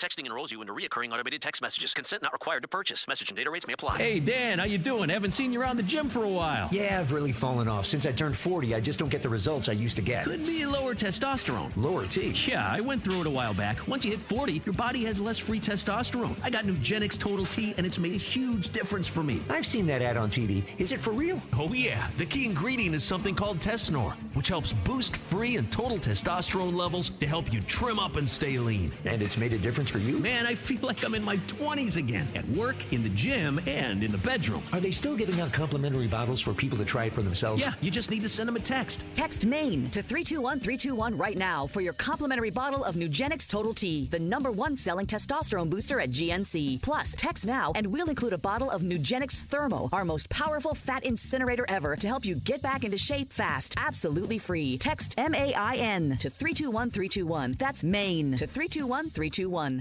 If you're living with dry age-related macular degeneration or dry AMD, you may be at risk for developing geographic atrophy or GA. GA can be unpredictable and progress rapidly, leading to irreversible vision loss. Now there's something you can do to slow it down, get it going slower. Izervay is proven to slow GA progression. Izervay gets GA going slower. Izervay or avacincaptad pagel is a prescription eye injection used to treat GA. Don't take it if you have an infection or active swelling in or around your eye. Izervay can cause eye infection, retinal detachment, or increased risk of wet AMD. Izervay may temporarily increase eye pressure. Your vision may be impaired after an eye injection or exam. Don't delay. Ask your doctor about Izervay today. Izervay gets GA going slower. Visit Izervay.com. That's IZERVAY.com. Hey, Bill, where you been? You're overdue for a haircut. Man, listen, my water pipes burst and flooded my house. Place a mess. I've been staying with my daughter till I can figure out what to do. You trying to fix it and move back in? No way. It's too big a mess. It'll cost me tens of thousands of dollars. I ain't got that kind of money. You trying to sell it then? Well, that's what I'd like to do, but who's going to buy my house in this condition? Did you call Simple Quarters? Simple Quarters? Simple Quarters bought our house when we were in a jam. We needed to move real quick. They closed fast and gave us cash. Simple Quarters will buy in any condition? That's right. They buy as is. You don't have to repair anything or clean anything out. It's simple. What do I have to do? Just call them. They'll do a quick walkthrough, then they'll make you an offer. Simple Quarters is a local Christian company that loves to help people in difficult situations. Call Simple Quarters at 317-900-HOME. That's 317-900-HOME. Check us out at simplequarters.com.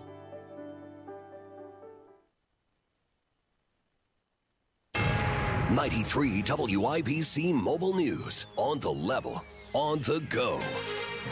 President Trump preparing to address a joint session of Congress this evening. Rain continues to fall in northern Indiana, but radar all clear around central Indiana, 55 degrees in the Circle City. I'm Sean Herrick. Here's what's trending at 10:30. White House Press Secretary Caroline Leavitt told Fox and Friends this morning that some special guests will be at that speech. And I also want to mention there will be the mothers of Jocelyn Nungaray and Laken Riley, who will be in attendance tonight, who, of course, lost their daughters at the hands of illegal migrant immigrants. Also in attendance with Hoosier Congressman Jefferson Shreve will be Wayne County Sheriff Randy Redder. The speech begins at 9 this evening. Wildfires in South Carolina are getting more under control. Fox's Evan Brown explains. A brush fire continues burning through thousands of acres outside of Myrtle Beach, and residents are still under states of emergency, though Doug Wood with the state's Forestry Commission says risks are a bit less and people have been observing orders. The burn ban that we enacted statewide, coupled with the governor's declaration of a state of emergency,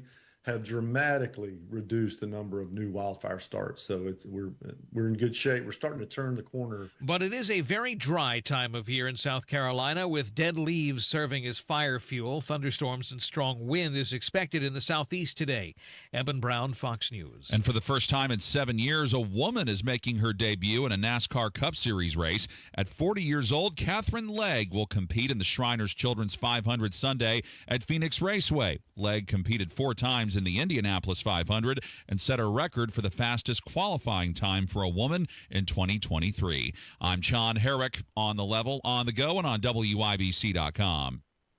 What if the next time you painted your home was the last time you painted your home? Our Rhino Shield has been on for 8 years. Rhino Shield. Call 888-RHINO-41. Don't paint, don't vinyl. Go Rhino. I'm Jeff Jr., founder and CEO of Trajan Wealth. I was born and raised in northern Wisconsin by both my father, who owned a small 10-lane bowling alley, and my mother, who was a nurse, who did her best caring for everyone in our small town. My parents stressed with me that if you were going to do anything, it needed to be done right or not done at all. I later joined the Marine Corps, where additional values were instilled. Values like honor, courage, and commitment. The motto of the Marine Corps, Semper Fi, which means always faithful. The best part of Trajan Wealth, our 100-plus employees who also embrace the exact same values. If your current financial advisor is more interested in selling you something or is more loyal to their own financial gain than yours, give us a call for a second opinion. We would be honored to hear from you. Call Trajan today. 317-480-4040. That's 317-480-4040. Advisory services offered through Trajan Wealth, LLC, an SEC-registered investment advisor. You're listening to the Kendall and Casey Show on 93 WIPC. Okay, so Trump is giving a joint session of Congress speech tonight. We would normally call this the State of the Union. This is the unofficial State of the Union. It's not the State of the Union. What is this? I've never heard of such a thing, Rob. That's probably just Trump wanting to be on TV. I mean, it basically is the State of the Union, but it is technically not the State of the Union. So is he going to give it again? Does he give this as like the warm up, and then he goes and gives the real one? Well, no, I don't. Do first-term presidents give a State of the Union? Yeah, didn't Biden give a State of the Union? Year one? Yeah, I'm almost positive. Okay, let's see. So Time Magazine, well, is Time even a magazine anymore? No, it's an online publication. It stopped being a magazine a long time ago. It's not. There's no actual physical Time Magazine. I mean, it's online. I am almost positive it's moved to an online only. Let me check. Okay. Prior to the 20th Amendment, which in 1993, this is what they are saying, in 1933, formalized the swearing in of new members of Congress to January 3rd, new presidents from March 4th to January 20th. The annual message was typically delivered in December. Beginning in 1934, 10 months into Roosevelt's first term, the State of the Union began to be delivered at the beginning of the year, usually January or February, but recently as late as March. But the new timing created a question of whose responsibility it was in order to deliver the report in an inauguration year, the outgoing president or the incoming president. So, I don't know, maybe because Biden didn't give one, then Trump felt he should give one. I don't know. It's a State of the Union. It would be a very Trump thing to do, to feel like he has to outdo Biden. Yeah, it's a State of the Union. I mean, you can say it's not, but it is, right? I mean, it's basically his version of the state of. That's almost that's almost all the coverage is what they're calling it. It's like it's a pseudo union, pseudo state. I mean, it's the same way you would give a State of the Union. It's the joint session of Congress. Now, I don't know if the Supreme Court judges are going to be there or what, but anyway, it's not the State of the Union. They usually fall asleep during the State of the Union anyway. Like that's one of the things. You always get one of them that's completely fallen over. Well, you do wonder too. Like, I get that the goal clearly here is I want to speak to the American people. It's a great way to do it. It's you get all the Congress there. That means the media is going to cover it, etc. You do wonder, like in the modern era, in the soundbite culture we live in, if you're not going to begin to see these sort of speeches adjusted, because let's face it, most people are not going to watch this, and what they see will be the sound clip Twitter culture.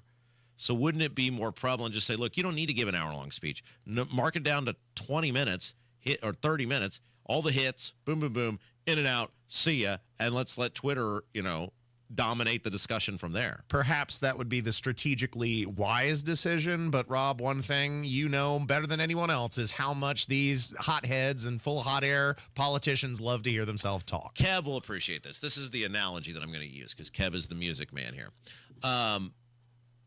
In a concert, right? Yeah. Like when you go to a concert, part of the joy of the concert is getting all pumped up for the concert. In a weird way, the idea of going to the concert is better than the concert itself. It's something to do. You're going to pregame with your friends. Maybe get dinner beforehand. Right, exactly. Like the idea of the buildup of the act you came to see is going to come on the stage. And you'll back me up on this. The first 20 minutes of the concert are awesome. Hello, Indianapolis. And they're going to come rip-roaring out usually with some big song that's going to fire everybody up. And they bring the heat and the energy for the first 15, 20 minutes. And then the rest of the time, I mean, unless you're like a mega fan of somebody, right? You're kind of like, okay. Yeah, true. You might just stick around for the encore. But Exactly. That's, about it. You've worn yourself out unless you're good at pacing yourself. You're an experienced concert goer. You probably got a headache from jumping up and down for 20 minutes. That's kind of the state of these political speeches. Like, right? I mean, I'm interested in the first 10 minutes. And then after that, it's like, what else do you have to say? Yeah, it doesn't capture my attention for very long. Sometimes the post-game show is interesting, the response to the State of the Union. Well, sure, right? Then you get the chuckle time when you make fun of Marco Rubio for taking a drink of water. Or, sure, but that's also like 10 minutes, right? I mean, the average human does not have the attention span to sit through an hour-long speech. I sit through and live tweet about it. I said the average person, Ethan. You are not average. I mean, your house is filled with record players from the 19-teens. You don't count. I'm saying the regular person, and God love you, I'm happy for you, but regular people are not going to watch this thing. They're not going to sit through all of it. They want to see, he's going to come out, they want to see it start, and then they're going to be like, the college basketball's on tonight. Yeah, they might watch clips of it on Twitter the next day. Yeah, these things are too long. All right, so speaking of which, one of my favorite things about Trump orbit is how the people who work for him, like the stuff they'll just say, and they say it with a straight face. Trump is many things. A great orator is not one of them. Oh, yeah. Like, as someone who publicly speaks or speaks for a living, like, I kind of know people who are good speakers. He's unique. He's different. He's charismatic. He's not good. Obama was good. Reagan was good.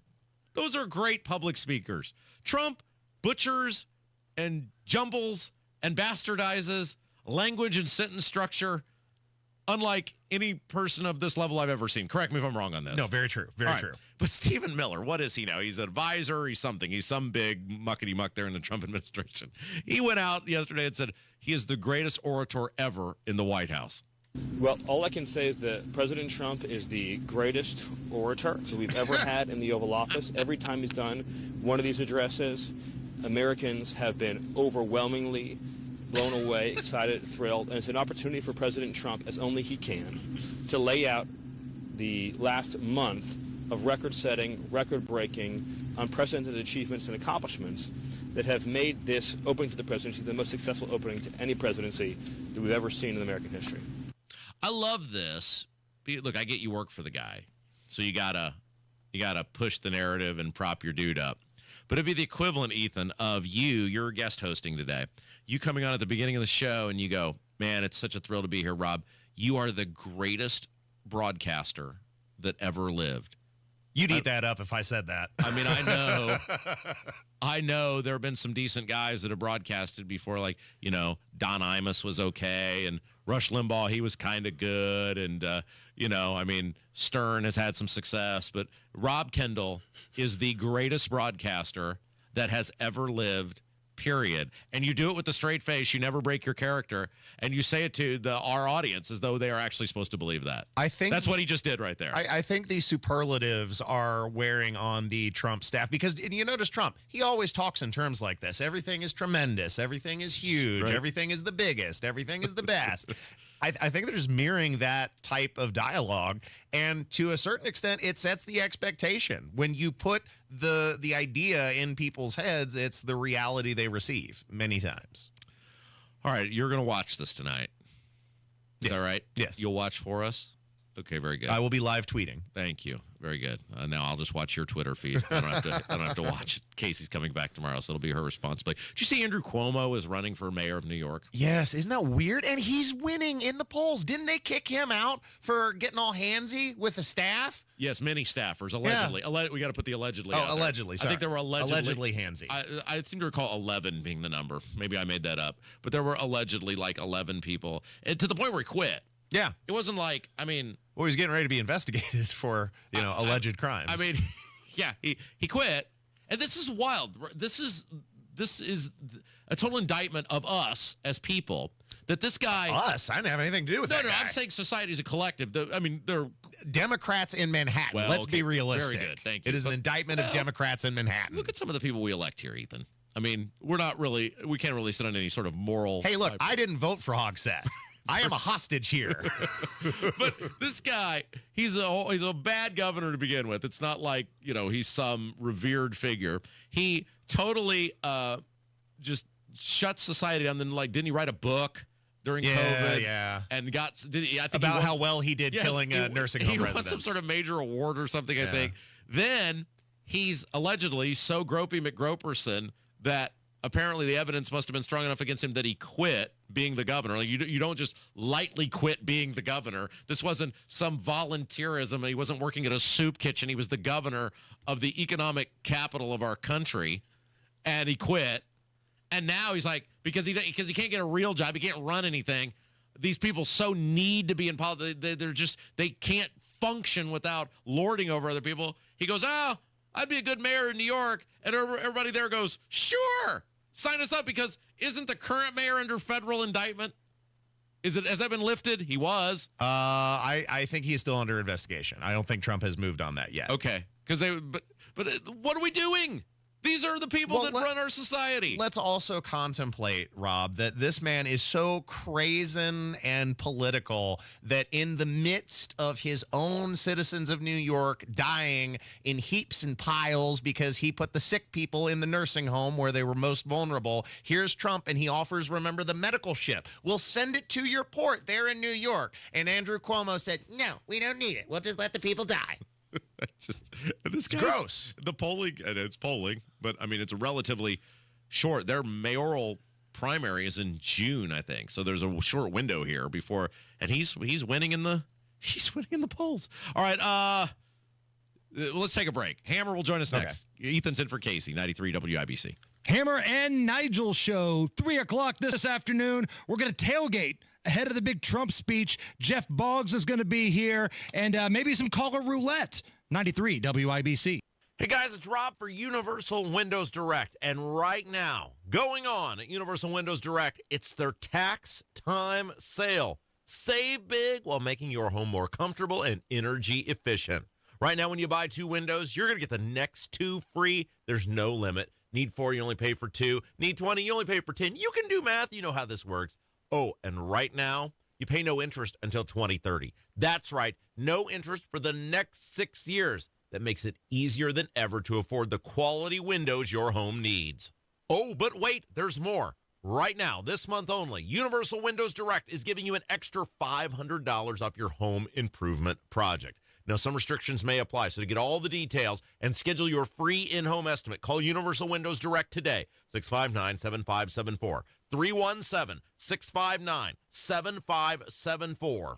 And you can see Universal Windows Direct's work on the web, universalwindowsdirect.com, universalwindowsdirect.com. Tell them Rob sent you. This is a special notice to all U.S. taxpayers with back taxes to the IRS. Billions in tax relief is now being made available to struggling taxpayers, giving thousands, even tens of thousands of dollars in savings away to those who qualify. If you're facing wage garnishment, threatening letters, audits, liens, levies, or already in a payment plan, you can now expedite the resolution to your tax problem, end collections, and even qualify to reduce a large portion of what you owe. Stop IRS Debt has established a relief hotline for you to call to check what savings and options you qualify for. Dial 800-518-9137. With many people facing job loss and rising cost of living, these special IRS initiatives are designed to aid delinquent taxpayers with the relief that they need to get a fresh start. For a free consultation to see what savings you qualify for, call 800-518-9137. 800-518-9137. 800-518-9137.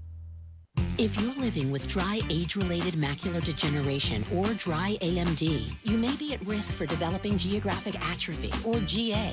GA can be unpredictable and progress rapidly, leading to irreversible vision loss. Now there's something you can do to slow it down and get it going slower. Eye Izervay is proven to slow GA progression. Izervay gets GA going slower. Izervay or Avastin-capted Pagel is a prescription eye injection used to treat GA. Don't take it if you have an infection or active swelling in or around your eye. Izervay can cause eye infection, retinal detachment, or increased risk of wet AMD. Izervay may temporarily increase eye pressure. Your vision may be impaired after an eye injection or exam. Don't delay. Ask your doctor about Izervay today. Izervay gets GA going slower.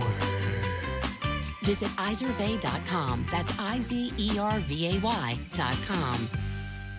Why do so many foundation companies want half your money up front? Could it be because it's easier to get than earning all your trust? At the Michaelis Corporation, they don't ask for a deposit until the job is done and you're completely satisfied. They even start with a free inspection to ensure you know exactly what your home needs without the guesswork. With over 35 years experience, they've proven that trust is built on results, not deposits. Michaelis, building trust beneath your feet. Visit michaeliscorp.com. The Indy 1500 Gun and Knife Show is this Friday, Saturday, and Sunday at the Indiana State Fairgrounds. For hunting, sporting, and personal protection gear, visit the Indy 1500 Gun and Knife Show.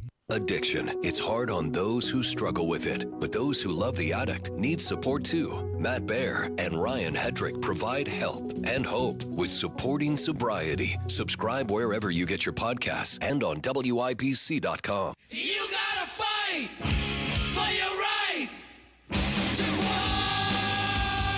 It's Kendall Casey show. I'm Rob. Casey's out. Ethan's in for Casey. Kev's here. Hammer, hello.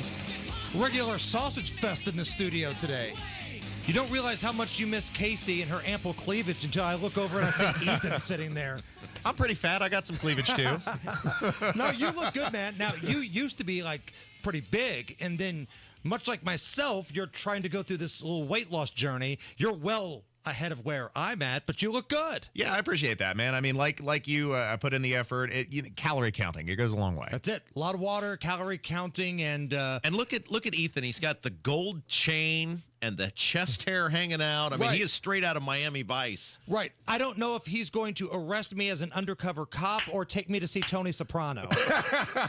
Either way, you look like $1 million damn dollars. And, man, I heard the music coming in, Fight for Your Right to Party.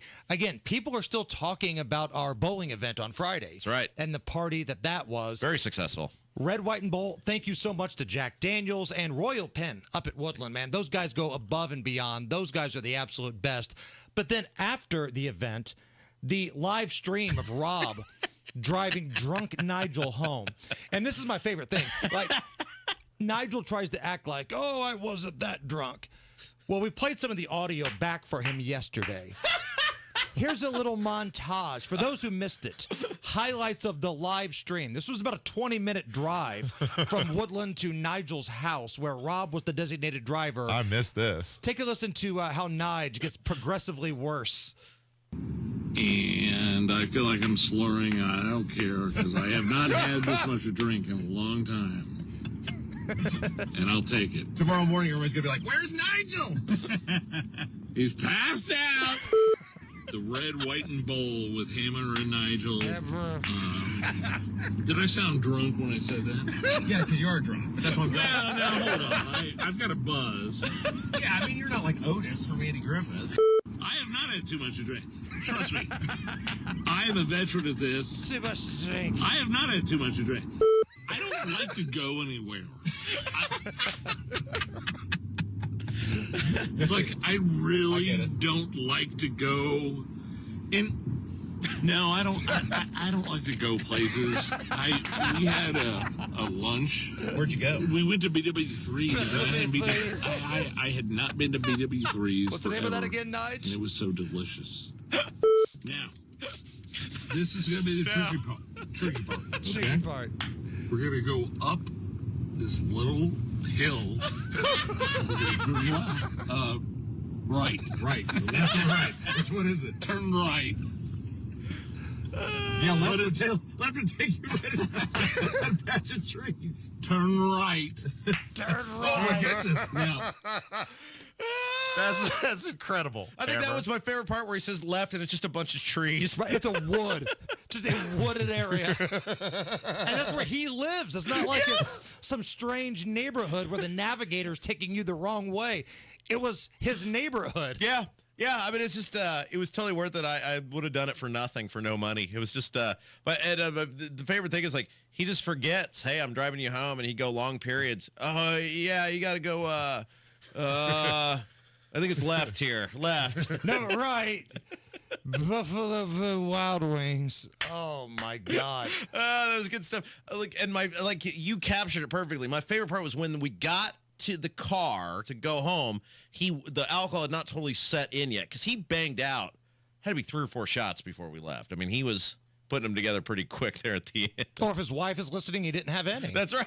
And and so, like, when we started the trip, he was kind of okay, and then about 10 minutes in, it started kicking in. This is great. Somebody said, I need Drunk Nige as a GPS voice. Oh, my God. Do you know how much money we could make on that? No, you'd never get to your destination.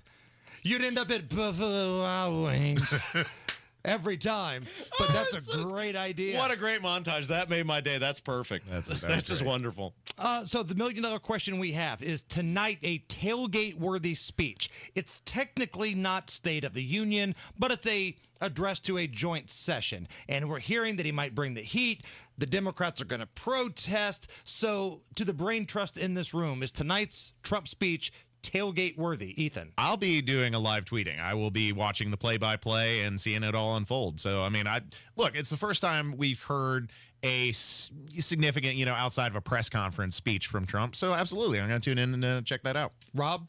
I'm not watching this. Casey's back. That's her job. Remember, when Mock was here, it was always, you have to watch the stuff. I'm not participating in this. Told Casey she inherited that. You are a woman, here you roar. You got to watch this. But for the entertainment value, because I know you like it when people bring the heat. Yeah. You're a bit of a flamethrower yourself. I'm giving a good 10 to 15 minutes, and that's it. And then everything else will just show up on Twitter. Okay. We had this conversation earlier. You can't hear it, of course, because they cut us off in the building. We're not allowed to be played in our own building anymore.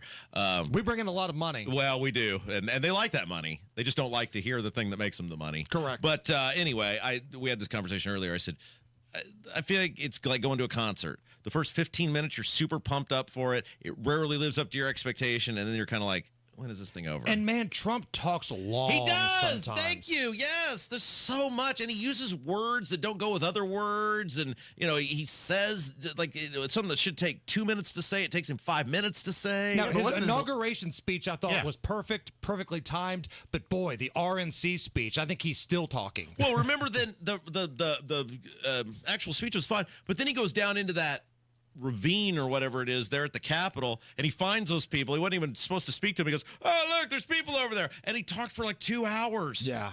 So if you're wondering what tonight's speech is going to be like, I reached out to the White House. They did not return my call. But I've got the next best thing. Yesterday, calling into our program was AI Donald Trump. Yo, Hammer Nigel, happy Monday. Hey, get ready for a truly incredible speech tomorrow. Believe me, if my speech tomorrow were a movie, it would be Roadhouse because it kicks so much ass. I was thinking of also making it a cookout. Why? Because I am going to be roasting weenies like Zelensky all damn night. All right. I may even try and deport Nancy Pelosi. I know she is an American, but what the hell? I think it's worth a shot. Sure. I hope all of your listeners on 93.1 WIBC listen tomorrow night. Oh, speaking of the radio station, congrats to you both on hosting a successful event for veterans on Friday. Thank you. Although watching Nigel's drunk ass leave early was on brand. Nigel left early because he was drunk. Imagine being too drunk to bowl. And then for him to have Rob Kendall drive him home as he slurs all over the live Facebook feed was embarrassing. I hope little Rob sterilizes his car after that red-faced fat ass leaving his vehicle smelling like a mixture of whiskey and farts. Well, I gotta go. Tell Nigel we won't tell his wife how much he had to drink. Good. AI Trump, out. My favorite part was we get to the house and his neighbor's garage door is open, and Nigel calls him on the phone. It's like, hey, Rob's here. You want to come over and say hi? And he's like, Yeah, I'm kind of busy. Now, what time was this approximately, Rob? What time was this? 10 something. I don't know. 9 something. It was 9. Yeah, 9 something. Yeah, that sounds about right. Yeah. Because the event ended at 9, and he was too drunk to make it to the end. Hey, what's coming up this afternoon? Jeff Boggs will join us and some caller roulette today. All right, Mitch Daniels going to join us next. The great governor of the state of Indiana, Mitch Daniels. We're going to remember property tax caps. How to get it done? What can we do today? Kendall Casey Show, 93 WIBC.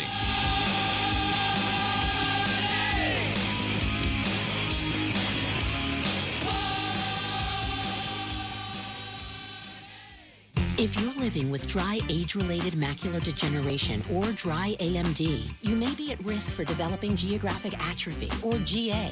GA can be unpredictable and progress rapidly, leading to irreversible vision loss. Now there's something you can do to slow it down and get it going slower. Izervay is proven to slow GA progression. Izervay gets GA going slower.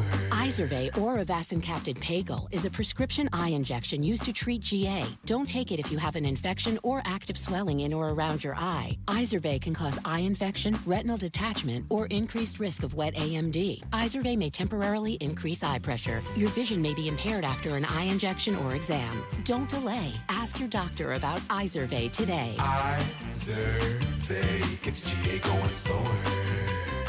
Visit Izervay.com. That's IZERVAY.com. I will never forget the day we found out my brother needed a heart transplant. Sure, you hear about people needing an organ sometimes, but it doesn't feel real until you're the one waiting. I tell you, we're just thankful. God answered our prayers. But my brother wouldn't be alive today without that transplant. That's why I signed up to be an organ donor at the BMV, because I want to be the answer to someone else's prayers. Sign up to be an organ donor. Say yes the next time you're at the BMV. Hey, it's Matt Bear. Warm weather is coming, and now's the time to call Cochran Exteriors to beat the spring rush. Roofing, siding, windows, doors, gutters, and more. My friends at Cochran Exteriors will give you a free consultation with options to meet your budget, and all without the high pressure or gimmicky sales tactics. Over 10,000 satisfied area customers, a lifetime workmanship warranty. It's why Cochran Exteriors is my choice. Visit CochranExteriors.com. I'll say this. There are no entries in the Hoops Fan Hall of Fame who didn't show up to the game. Yes, you in the back. Professor, March Madness is coming to Indianapolis. Are we ready? You prepared to bring the fire? Give it 110 from tip to the final buzzer? Oh, you're ready. The NCAA Sweet 16 and Elite 8, March 28th and 30th in Indianapolis. Buy your seats today at ncaa.com/MVB tickets. Class dismissed. Plumbing problems stink. The LD Smith Crew can handle anything. Call today for $50 off any plumbing repair, big or small. LD Smith Plumbing. A dirty, stinking honest. Go where the pros go. Drexel Interiors for 1951 cabinetry. Visit Drexel's Kitchen and Bath Design Centers at 146th and River Road, North Shadeland, or DrexelIN.com.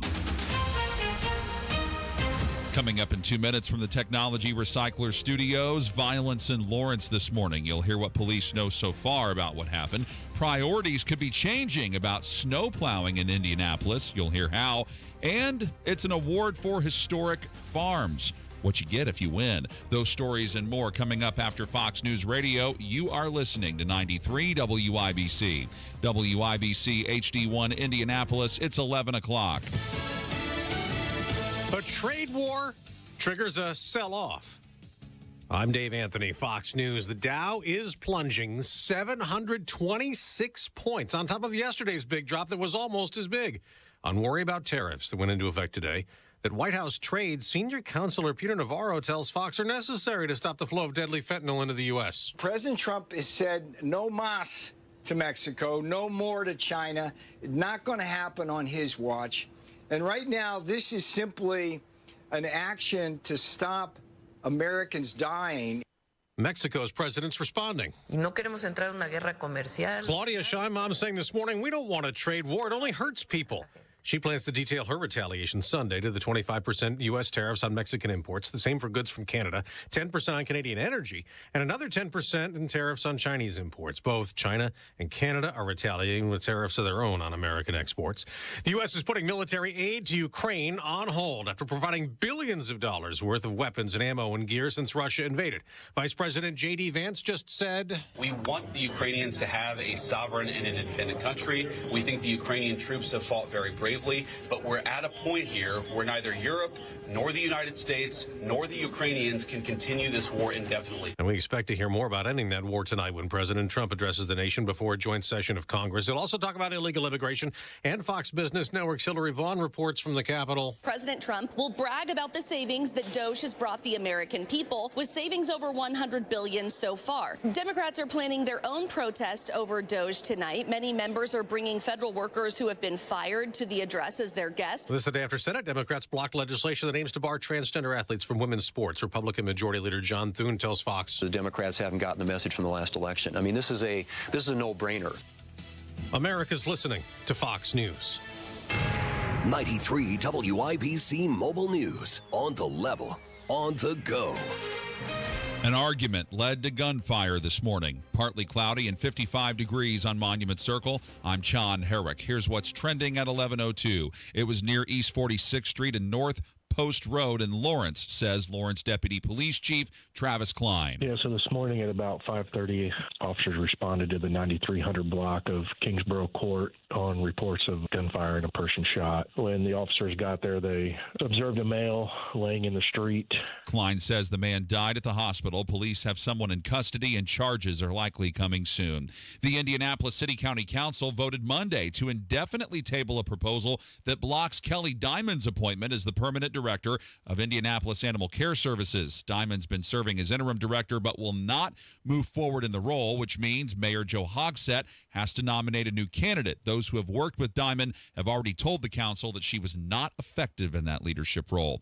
Remember that 11 inches of snow in January? Chris Davis reports Indianapolis may be about to change the way it prioritizes the plowing of residential streets. Complaints poured in to the City County Council. There's legit questions to be asked, and there's answers to be had, and how we can make this better the next go around. Because in 10 years, this is the worst I've seen it. That's Councilor Jared Evans from a Public Works Committee meeting January 16th. March 13th is the date that a proposal will be heard by that committee that sets a 4-inch standard for the plowing of residential streets. The priorities don't change. That's still for streets around fire and police stations and major thoroughfares to get attention first. But residential streets would get attention when it snows 4 inches or more. Chris Davis, 93 WIBC Mobile News. $2.84 a gallon is the statewide average for gas today, says Gas Buddy. That's a slight drop from where it was Monday. And Indiana Landmarks and Indiana Farm Bureau are welcoming nominations for the 2025 John Arnold Award for Rural Preservation. This award recognizes the preservation and continued agricultural use of historic farms and farm buildings in Indiana. The winner gets an outdoor marker and feature coverage in Indiana Preservation Magazine. Owners of more than 30 historic farms across the state have been honored with this award since 1992. I'm John Herrick, on the level, on the go, and on WIBC.com. WIBC News Time, 11:04. Ethan and Rob coming back in 1 minute.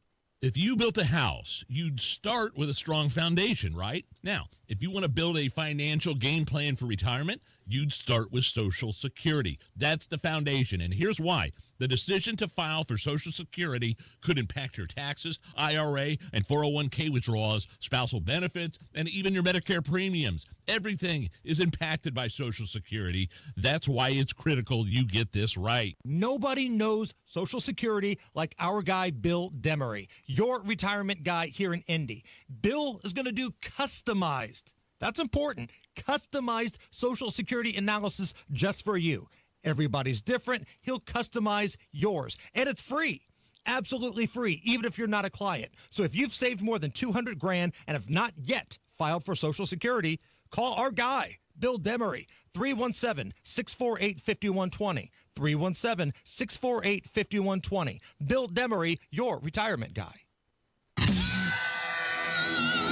You're listening to Rob Kendall. When we talk about sending money somewhere, we're talking about printing the money because we have no money. And Casey Daniels. My government would never lie to me, would they? On 93 WIBC.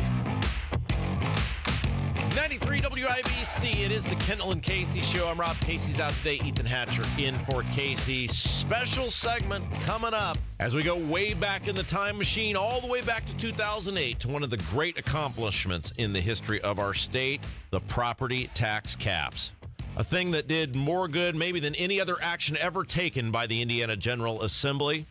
And obviously property taxes are now front and center once again with Governor Braun trying to lead major reform once again in our state. And joining us now on the WIBC hotline, the great, maybe the greatest governor in the history of our state, and the man who led the property tax fight to the General Assembly in 2008. The great Mitch Daniels joins us now. All right, Mr. Governor, when you think back, how did the property tax issue kind of come on your radar, and when did you know it was a big issue? It really flared up very suddenly, at least in my recollection, when people got their bills in the early summer, I suppose it was, of that year. And it was spotty around the state. You know, there were many places where it caused little disruption. Then there were other places where it was all anybody wanted to talk about. Marion County here was one of them. And but anyway, it became the top priority very quickly, and we all went to work on it. How do you, as a governor, did you organize this? Like, how does this come together? Do you sit down in the room with like Bosma, Long, various people? Like, how do you put together a coalition of saying, here's what we need to do, here's the plan we're going to have? Our style, and I don't recommend it to everybody, but we always held the pen. I always felt that it was my job. The only reason I ran was try to make the state better in every way we could find. And so I took it as our responsibility to design a solution to what had become a very large problem. Now, of course, it was very complicated and interactive. You need to remember, Rob, that very unlike today, we had a divided legislature. So we had to both pass the property tax caps and, because I didn't want anybody undoing them later, the constitutional, in the next year, the constitutional resolution, which was passed overwhelmingly by the people of Indiana, that means that those caps cannot be undone by some future legislature. We had to do all that, working out with our Democratic friends as well as Republican allies. Mitch Daniels, our guest. It's Kendall and Casey show. I'm Rob. Casey's out today. Ethan Hatcher in for Casey. We're reliving the great accomplishment of the Daniels administration, which was property tax reform. Obviously, that is front and center again now with Governor Braun pushing for an overhaul of the property tax system.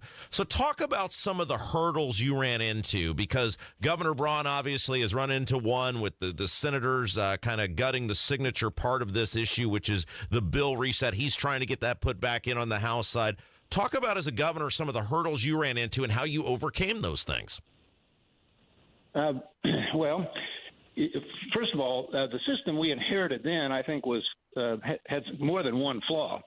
One of them was that the state was raising money and then subsidizing local governments and schools. In other words, giving them back a percentage of the property taxes they charged, which was, a perverse incentive, because the more you spent, the more you got from the state. And so I wanted to get rid of that. And a fundamental design improvement that I hope is never tinkered with was to, pull some of the local spending, just take it off their backs altogether. The biggest examples are child protection, which was a huge expense they had, and operating costs of schools.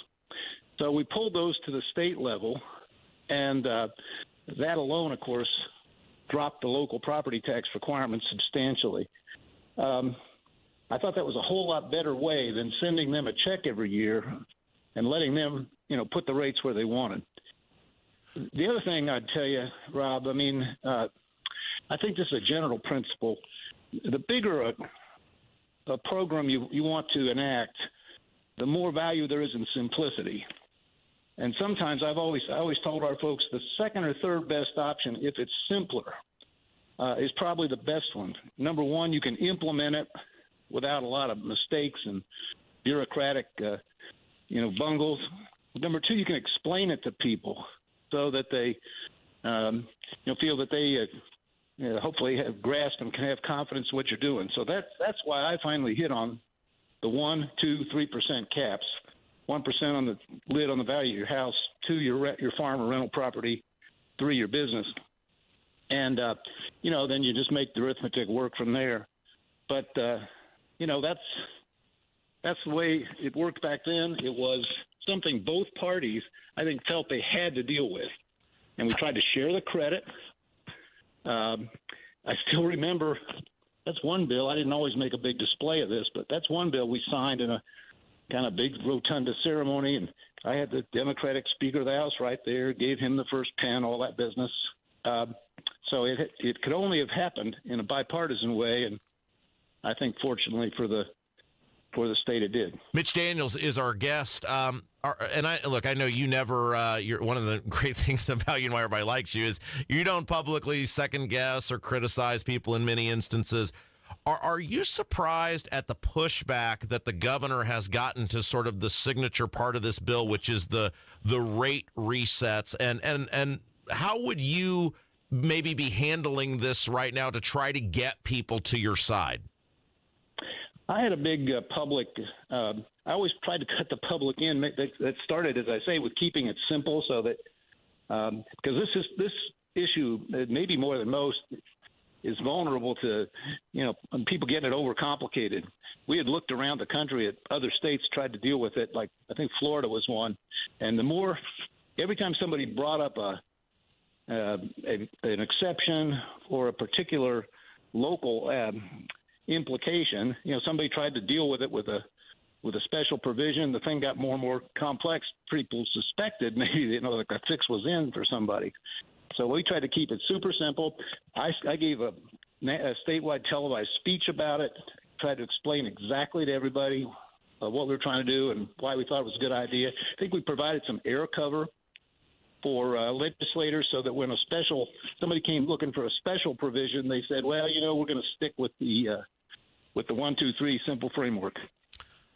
Do you think that as you watch this unfold, do you think that property taxes have gotten away from what the intent was in 2008 and then putting them in the Constitution in 2010? And by that, I mean, obviously the goal was to protect people's homes, to protect them to be able to afford to live in their homes. Have with these assessments, has it gotten out of control from where you guys pictured it being back in 2008 and in 2010? I don't doubt there are places. It will not be, I'm sure, every township, every county. That's a phenomenon. Now, look, this was somewhat predictable. In the old system, Rob, one of the things I disliked most about it was I always said, I don't know of any other business. Now I know of one, which is higher ed. I don't know of any other business where instead of deciding how much money do we have now, what are our priorities for spending it, you used to decide how much would we like to spend, and then they just dialed the property tax rate up to produce it. And so we took that power away from the locals, limited their ability to cap the rates. Now there's only 2 ways now to get more money. One, which the bill very prominently provided, was a referendum system. It doesn't say that you can't be charged more than 1% ever. It just says now they got to go get the taxpayers' permission. And when they try, I've been tracking this, about 60% of the time the taxpayers say okay. Now, the only other way to get more money is if you friend the assessor and find a way to value up raise the value of the house. And whereas housing prices and values have been going up, and homeowners generally like that until the property tax rate goes up with it. So what you have to do is watch against assessors overvaluing, and I think that's what they're trying to do. If you were trying to coalition build right now, because obviously that's what the governor is trying to do. He got some of his bill through the Senate. The big part is out. He's got to bring everybody back together. You closed this deal in 2008. what would you advise somebody to do in order to try to bring everybody together if there's this one thing you really want, which is he wants these bills to be reset? And whether you agree with that or not, Mr. Governor, he wants that. Mike Braun wants that. What would the advice be on how you did it and how he should be doing it here in the closing, 6 weeks or so of the legislative session? You kindly said a minute ago that I don't second guess people, and I won't here. And he's dealing with a complicated situation, which may not be quite as subject to, simplification as it was for us. No, I mean, I think that clearly out of bounds examples help. You have to maybe put a little sunshine on some of those, and he seems, if I haven't followed every word of this, but if I'm reading it correctly, he's taken a great attitude by indicating it's the solution we're after. It's only halftime. And, he understands the need for compromise to get where he's going. Hey, real quick before you let you go, there was a great article in Politico where you were the feature of talking about how you reformed Indiana government and about Elon Musk. And you were talking about, and we did a big segment on this yesterday. I thought you had a great quote where you were talking about Elon Musk may kind of be going at this too much too fast rather than finding small wins early and building on that. Can you kind of expand on that a little bit? Because I thought that was a great take and very important if we're going to reform the federal government. I don't object. In fact, I support the idea of him going as fast as he can. I think what I said was, instead of throwing out a lot of big numbers and claims early on, particularly a couple that they won't have a chance really of reaching $2 trillion and so forth, that announce what they're out to do, act as much as you can. That was always our preference. Act now and talk about it later. In particular, there is a power in small examples. They're not in the federal government. They're not so small, except relatively. They began finding some of those. I think that's a good way to enlighten the public, build public support for what you're doing, I would concentrate the efforts on that and talk about it more on the backside as opposed to 20 tweets a day when you haven't really achieved much yet. Is it true you really put the pennies on the tires with the state automobiles, and you went back a month later, and any that still had the penny you sold? Well, I didn't put them there myself, but yeah, we had a young team. It was actually very like what this Doge thing is supposed to be. I created an OMB. We now have it in the state, having done that job federally. And it was a young SWAT team that we had there. I gave them a roving portfolio, and I could give you 50 stories of things they found that added up. That I don't remember now. We were ordering 12 different kinds of pens fountain pens when 1.29 Beck would do for everybody.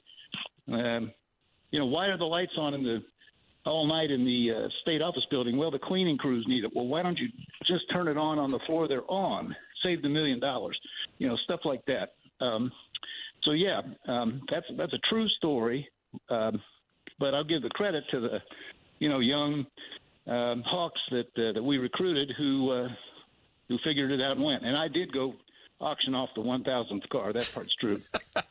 Well, man, I just want to thank you so much, Mr. Governor, for taking some time with us. Obviously, property tax is something we talk about basically every day on this show. What you did was the catalyst to some really great stuff in this state, and we appreciate you sharing some memories with us today, and hopefully we can get something good out of this to keep that legacy alive. Well, Rob, it's important. Lower housing costs, which are very related to the property tax caps that we were able to put in place, is one of Indiana's attractions. It's an economic plus for us. So what they're doing is real important, and I hope everybody will, support them as they find their way to some agreement, some common agreement that's good for us all. Mitch Daniels, you're the best. Thank you.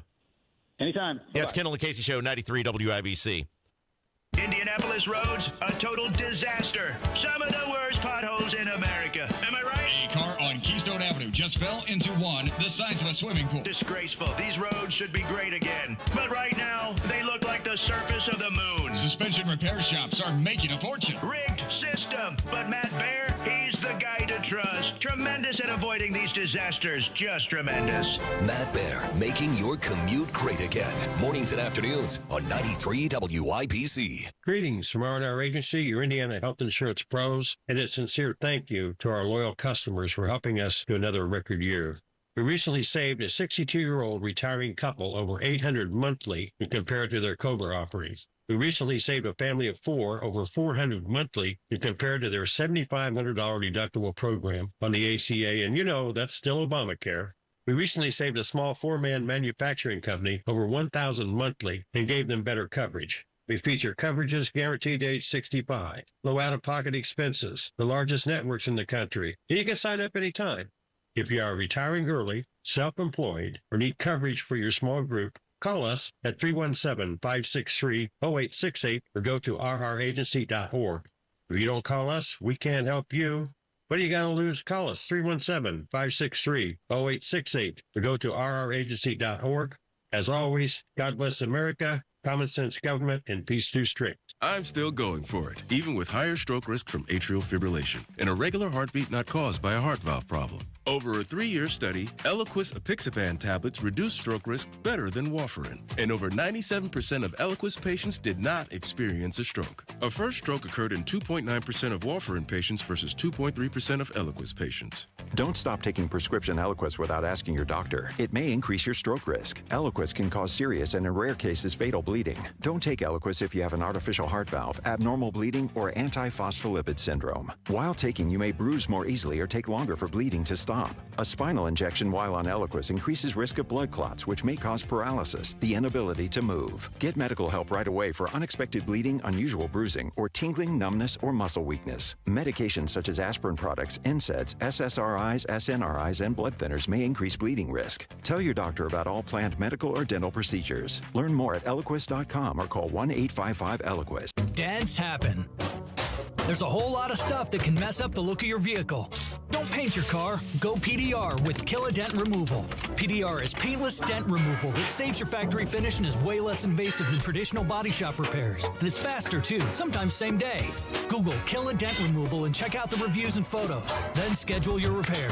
Hail baseballs, kids, fender benders, shopping carts, flying cows, angry X's, and anything else that leaves dents. Don't paint your car. Go PDR with Kill a Dent Removal. Hey guys, let's talk about feeling your best. If you don't feel that same energy, strength, you're moody, or it seems you've lost your drive with your partner, it could be low T. Testosterone therapy, or TRT, may be the answer, and you'll find true experts at Low T Center. Getting tested is fast and easy. They're not all the same. Don't settle for a standard dosage TRT program. Learn about personalized therapy at a Low T Center near you. LowTCenter.com. Low T Center, reinventing men's healthcare.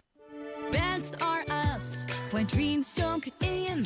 Best are us. Right now, get $1,500 off a shower or tub replacement or $3,000 off a full bathroom remodel, plus low to no monthly payments. Call 765-545-BATH to schedule your free estimate or go to BathsAreUs.com. 765-545-BATH. Best are us when dreams don't get in. Best are us. Go where the pros go. Drexel Interiors for 1951 cabinetry. Visit Drexel's Kitchen and Bath Design Centers at 146th and River Road, North Shadeland, or DrexelIN.com.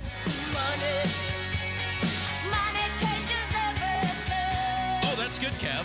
That's perfect. Not only is that one of the 10 greatest songs of all time, it's also perfect for this segment. Oh, yeah, keeping it thematic. That's very good. It's the Kendall and Casey Show. I'm Rob. Kevin's here. Casey's out. Ethan is in for Casey. Ethan from Saturday Night on the Circle. All right, so you and I are having this conversation offline, and I said we got to bring our guest here in studio on to talk about this impromptu, because this is why our economy, people lose everything in the economy. It's a fascinating conversation. It's why the American greed people exist, because this thing is so convoluted, so hard to understand, that it's no wonder people get taken and lose everything. It is not enough in the stock market for you to engage in this casino-style gambling and merely bet on winners. Now, you can also bet on losers. Okay, so Spanglish, Indy Spanglish, Jerry Lopez, his son Jaden is our super fan. Astute progeny. That's right. Jaden is our super fan. Always, for some reason, wanting to come in and be a part of watch this. Like, he'll figure it out eventually. He'll figure out what I am eventually. But right now, I've got him totally snowed that I'm some cool, great guy. Ask Kev. It takes about 2 years before you generally figure out what a dumpster fire I am. You'll get it eventually. The charm wears off. Jaden, by the way. Hello, Jaden. How are you? How you doing, Kendall? I'm doing good, man. So, you are, what are you? Are you 20? Are you 19? 19. You're 19.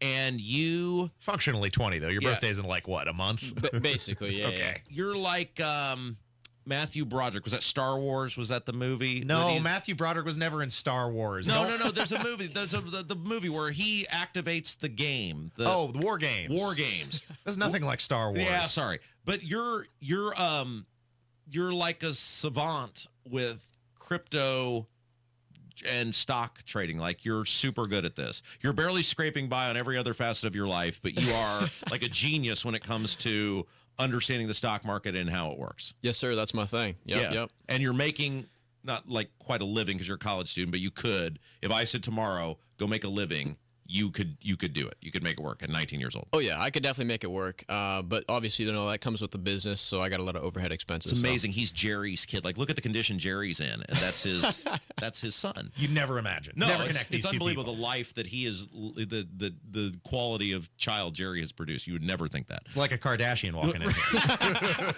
Okay, but then so we're having this conversation about what's going on in the stock market, and he's talking about how, I've got to invest in this or do this, and then he starts using phrases like, I've got to put and I've got to call, and I'm like, okay, explain this to me so that I can understand what you're talking about. And you will verify this for me, Ethan. He has been intelligently talking about this, but he's been doing it in a way that it might as well be Chinese, and I feel better because his girlfriend is a college-educated person. She is here. She has no idea. She says for 2 years he's been telling her, and she has no idea.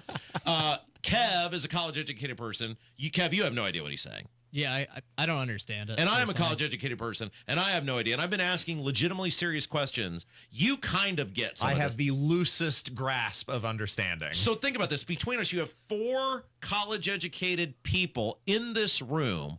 I do a #1 rated radio show. Ethan is a private college-educated person. 2 degrees. Kev went to private school. Your girlfriend is smarter than all of us put together. She don't know. And Jaden, this is the thing. This is why people lose everything in the stock market, or certain people make something, because it's like something that only 10 people understand. Well, let's actually specify what it is that we're talking about. We're not just talking about stocks here. We're specifically talking about shorts, stock option trading. And that is when you are betting on a stock to lose. So you can contractually acquire a stock at a certain price with the expectation that the stock value will go lower. But why would you do that? And the expectation is that then you will be able to profit off of reselling the lower value stock. However, it can backfire on you immensely if you acquire the stock at a certain level contractually, because you don't own the stock, you own a contract. Okay. And then if the stock goes up, you can then be on the hook for the additional value that the stock has accumulated. This is all a game similar to the subprime mortgage loan crisis that we were talking about, where these financial institutions are playing a huge game of hot potato. They know the money is bad. They know the bomb will go off at a certain point, and they are gambling that they will not be holding the hot potato when the bomb goes. Maybe I'm just pissed off because I want to do this. Like, I want to be in the game. I want to be a Soros. Like, I want to be like, I want to be like, I'm shorting, I'm putting, I'm calling. I don't know how to do it. Our economy, Ethan, correct me if I'm wrong, our economy should not be this difficult. No. Regular, educated people are like, dude, I don't even know what you're saying. But I love where you began this segment, perhaps unintentionally, when you referenced War Games, because the reference is prescient. The only way to win is not to play. All right. So is that right? I mean, like, you will either... I joke with your girlfriend. I said, one of two things is going to happen in your life. You are either going to be living on one of those mansions in Geist, or you're going to be an American Greed guy. I said, those are the only 2 options for you being in this thing, right? And I'm going to be one of those guests on the show that, like, Jaden was a good kid. We tried to warn him. You have to be somebody like you, in order to understand how to play in this market and be reasonably successful? Yes, sir. You either have it or you don't have it. I mean, there's no in between. Like, there's really no in between. And the number of hours that I've spent just sitting on a computer, looking at a screen, watching YouTube videos, and studying, taking notes. It's like full-time school, basically, to learn this stuff. Like, I mean, every day, like, I am sitting on my computer learning, watching new videos. Before the market opens. She's just putting the gun to her head sign. But this is great. This is crazy. So you could teach me how to do this. How long would it be? Honest. You know how little I know about technology, and you've seen the dumpster fire that has been this Q&A we had offline. How long would it take you to reasonably teach me so I have a cursory knowledge of how to participate in the stock market? Hypothetically, I mean, it could take you anywhere from a week to 2 weeks, or it could take you 3 months. So I got Bill Demery. It really just depends. Use Bill Demery. Don't forget Mark Deedle.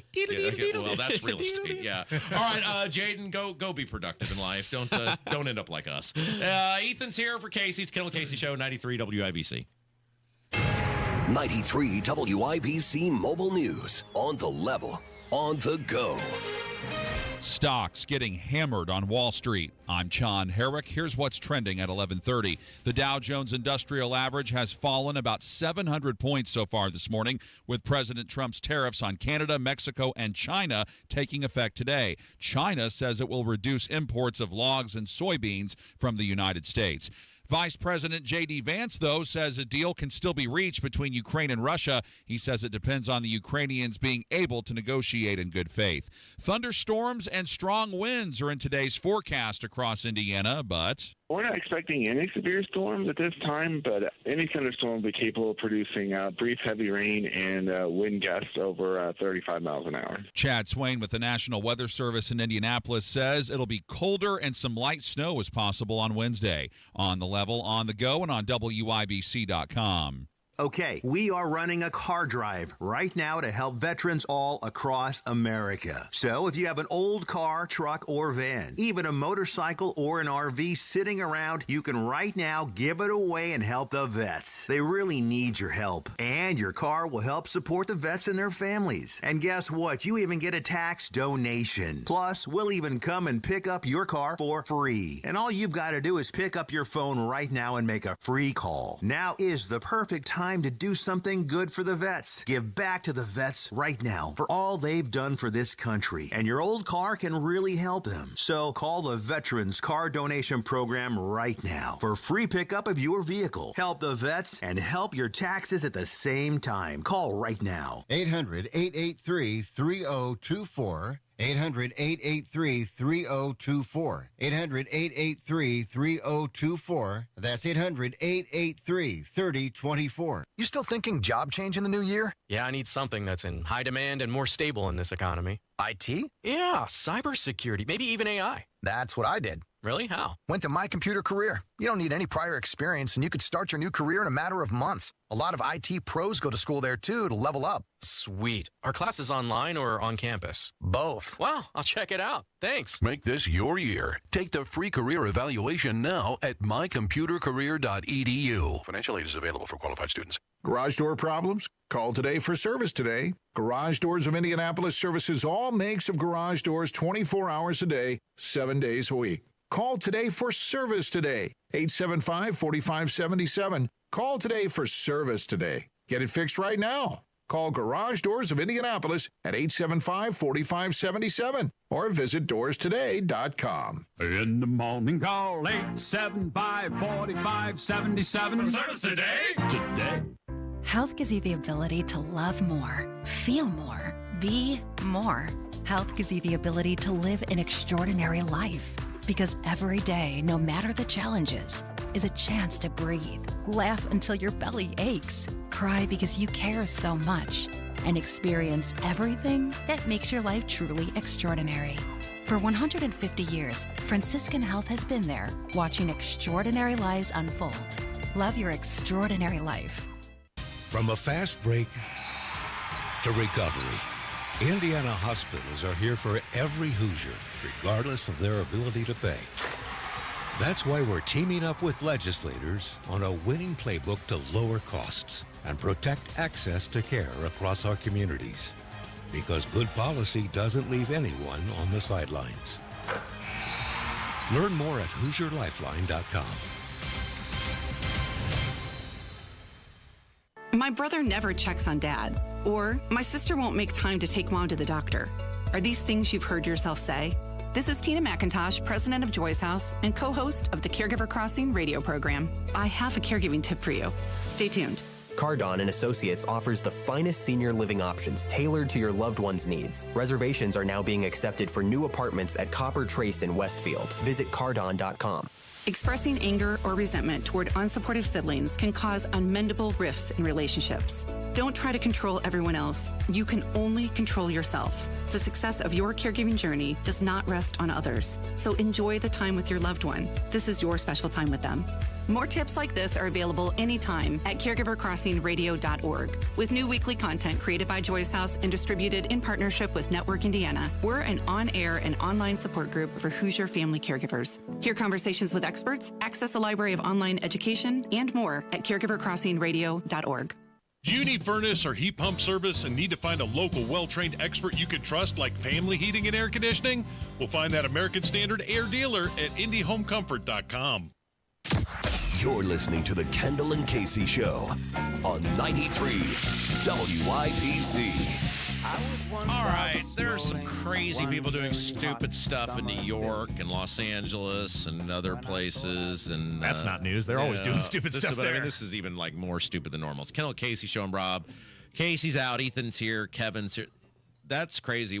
Jade and I talked for another 5 minutes during the break, and I just have no idea. We could talk for hours about the stock market, and especially options trading. It's stupid. If you missed the last segment, Jaden is Jerry Lopez, Indy Spanglish, his son, and he is one of those guys that will someday I will be a janitor for when it's all said and done for me. And on my last days, I will be just sweeping floors at some mega mansion he lives in. He has mastered the stock market or how to do the stock market at 19 years old, and he's trying to explain to me how this thing works on the shorts and the puts. And I said, regardless, our economy should not, this is like one of the bedrocks of our economy. People are doing this. Our economy should not function like this, where reasonable people are like, huh?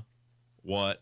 Like reasonable, everyday people should be able to understand things that happen, and I'm amazed that this is allowed to happen. Yeah, where you're essentially banking on bankrupting other people. Yes, that's crazy to me, especially because we went through this in 2008. Anyway, all right, so you ever protested anything? Yeah, a couple times. Like did you stop buying something? Did you burn something? What did you do with your I protest? physically showed up to the location and I chanted. This was in my hearty apostate days after leaving the Jehovah's Witnesses day. Apostate. Yes, I was.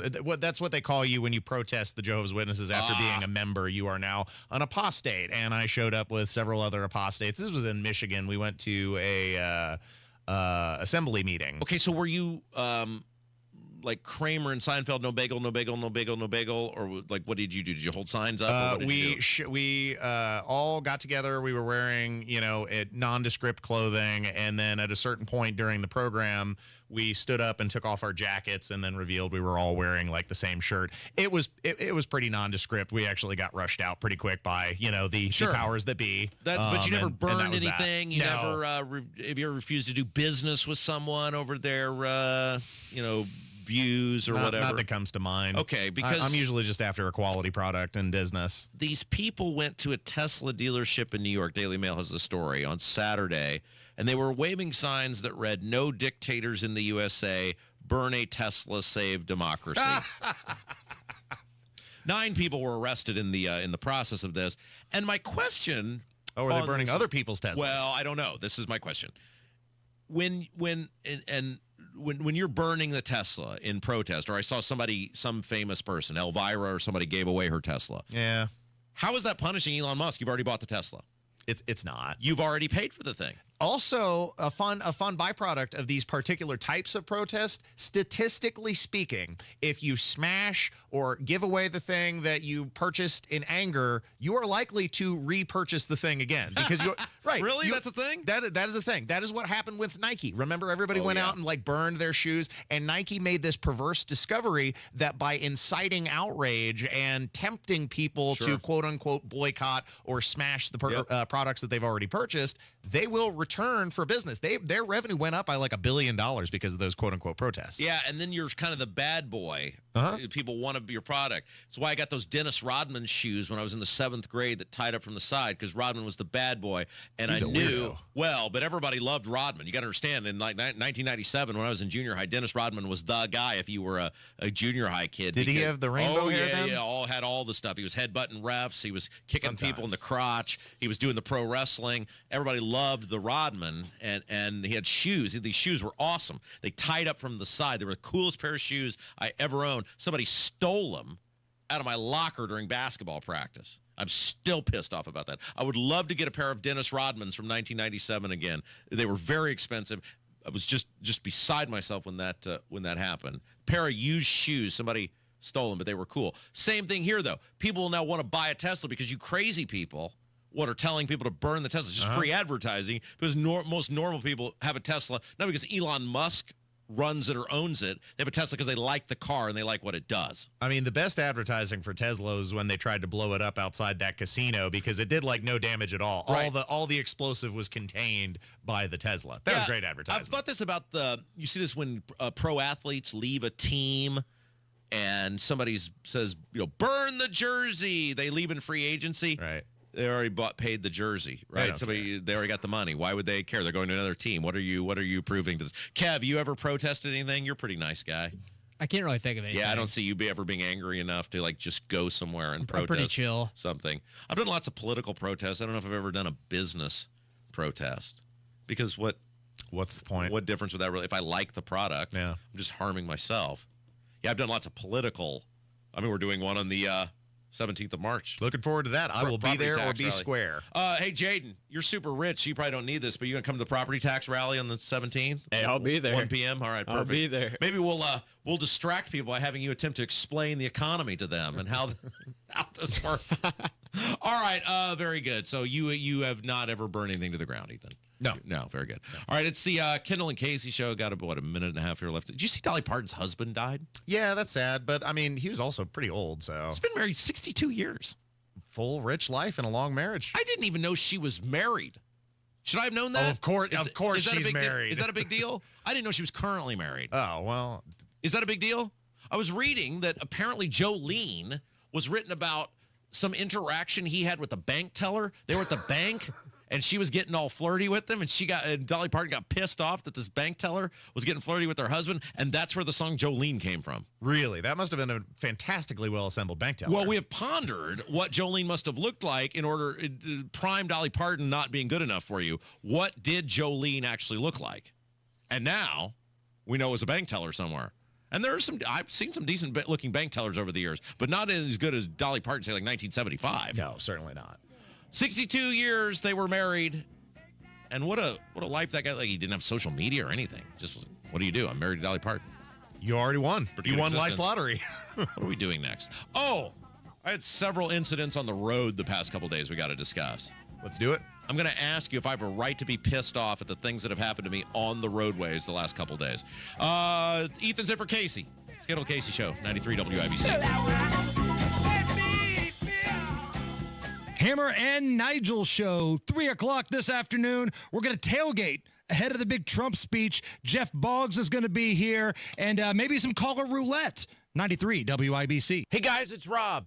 It's March, and that means spring is right around the corner. And this spring, you can make your yard look great after some tough winter weather by calling my friends from Save a Tree. Last week, Sean from Save a Tree came out to my house, and man, I'll tell you what, I couldn't be more pleased with the free consultation. I know by the time they get done, Save a Tree is going to have my yard thriving, and I can't wait to enjoy it all summer long.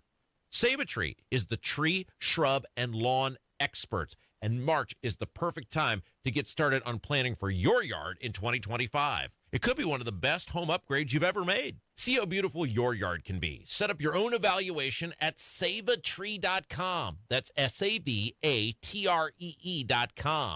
SAVATREE.com. Or dial pound 250 on your smart device and say the keyword Save a Tree. That's pound 250 keyword Save a Tree. Or saveatree.com. Tell them Rob sent you.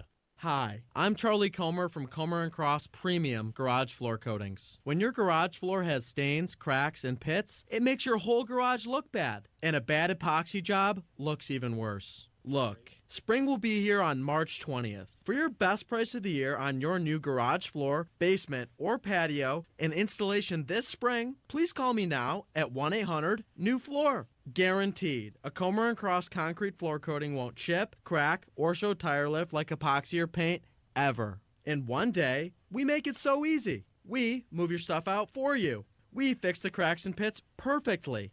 And apply your gleaming new Comer & Cross concrete floor in 6 stages, just in time for spring. For your best price of the year on your new garage floor, basement, or patio and installation by spring, please call me now at 1-800-NEW-FLOOR. That's 1-800-NEW-FLOOR. Or go to COMERcross.com. If you're living with dry age-related macular degeneration or dry AMD, you may be at risk for developing geographic atrophy or GA. GA can be unpredictable and progress rapidly, leading to irreversible vision loss. Now there's something you can do to slow it down and get it going slower. Izervay is proven to slow GA progression. Izervay gets GA going slower. Izervay or avacincaptad pagel is a prescription eye injection used to treat GA. Don't take it if you have an infection or active swelling in or around your eye. Izervay can cause eye infection, retinal detachment, or increased risk of wet AMD. Izervay may temporarily increase eye pressure. Your vision may be impaired after an eye injection or exam. Don't delay. Ask your doctor about Izervay today. Izervay gets GA going slower. Visit Izervay.com. That's IZERVAY.com.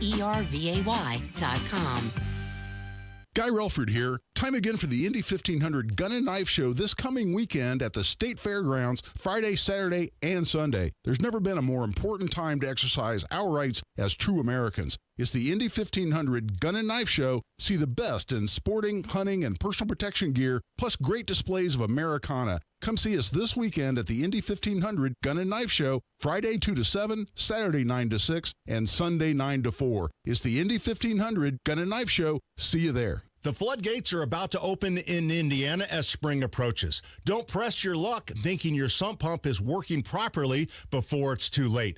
A sump pump is vital to protecting your home from heavy rains and rising waters that can sneak inside and wreak havoc in your home. Luckily for you, during the month of March, my friends at Hope Plumbing are offering a $300 off the purchase of a new sump pump with a battery backup. Call Hope Plumbing today and keep your head above water. I'll say this. There are no entries in the Hoops Fan Hall of Fame who didn't show up to the game. Yes, you in the back. Professor, March Madness is coming to Indianapolis. Are we ready? You prepared to bring the fire? Give it 110 from tip to the final buzzer? Oh, you're ready. The NCAA Sweet 16 and Elite 8, March 28th and 30th in Indianapolis. Buy your seats today at ncaa.com/MVB tickets. Class dismissed. Go where the pros go. Drexel Interiors for 1951 cabinetry. Visit Drexel's Kitchen and Bath Design Centers at 146th and River Road, North Shadeland, or DrexelIN.com. You want to listen all day to WIBC, but you don't always have time. Don't worry. There's a podcast for that. The WIBC Mashup. Daily highlights from your favorite hosts, Tony Katz, Kendall and Casey, and Hammer and Nigel. Subscribe wherever you get your podcasts. Once upon a time, you dressed so fine, through the bumps of time in your prime. Then you. All right, Ethan, I need you to help me out here, and I need you to help me determine, do I have the right to be pissed off? Yes. Before I've even heard anything, the answer is yes. It is the Kendall and Casey Show. I'm Rob. Ethan's in for Casey today. So the past couple days, it's been over the past 2 or 3 days, not once, not twice, but 3 times, I have allowed somebody in stopped traffic to merge in ahead of me. Yeah. And in all 3 instances, no one even waved. So, like, the entire town of Brownsburg is under some sort of construction, especially Main Street. Yeah. And so as you're going down Main Street, naturally, it's slow moving. And so these people who are trying to get out of businesses or whatever are waiting, and there's a line of traffic, so it's hard for them to get out. And so, you know, you'll be stopped at a light, and you'll see somebody sitting there. You're like, okay, I'll let that person get out before I go. And not one of them has waved like, thank you for letting me go out ahead of you. And that pisses me off. Is that the protocol? You're supposed to wave. Are people pissed at me because I don't wave? If someone lets you out and lets you go ahead of them, I'm supposed to roll down my window and stick my hand out and give them a wave? Say thanks. Thanks for flash my lights sometimes. Well, give them a wave. I mean, whatever the gesture is to let people know. Nah, you're off base here, Rob. That's too much. Look, when I navigate Indianapolis traffic, I am just glad if somebody doesn't start shooting at me or like physically assault the vehicle, scraping to wedge themselves in.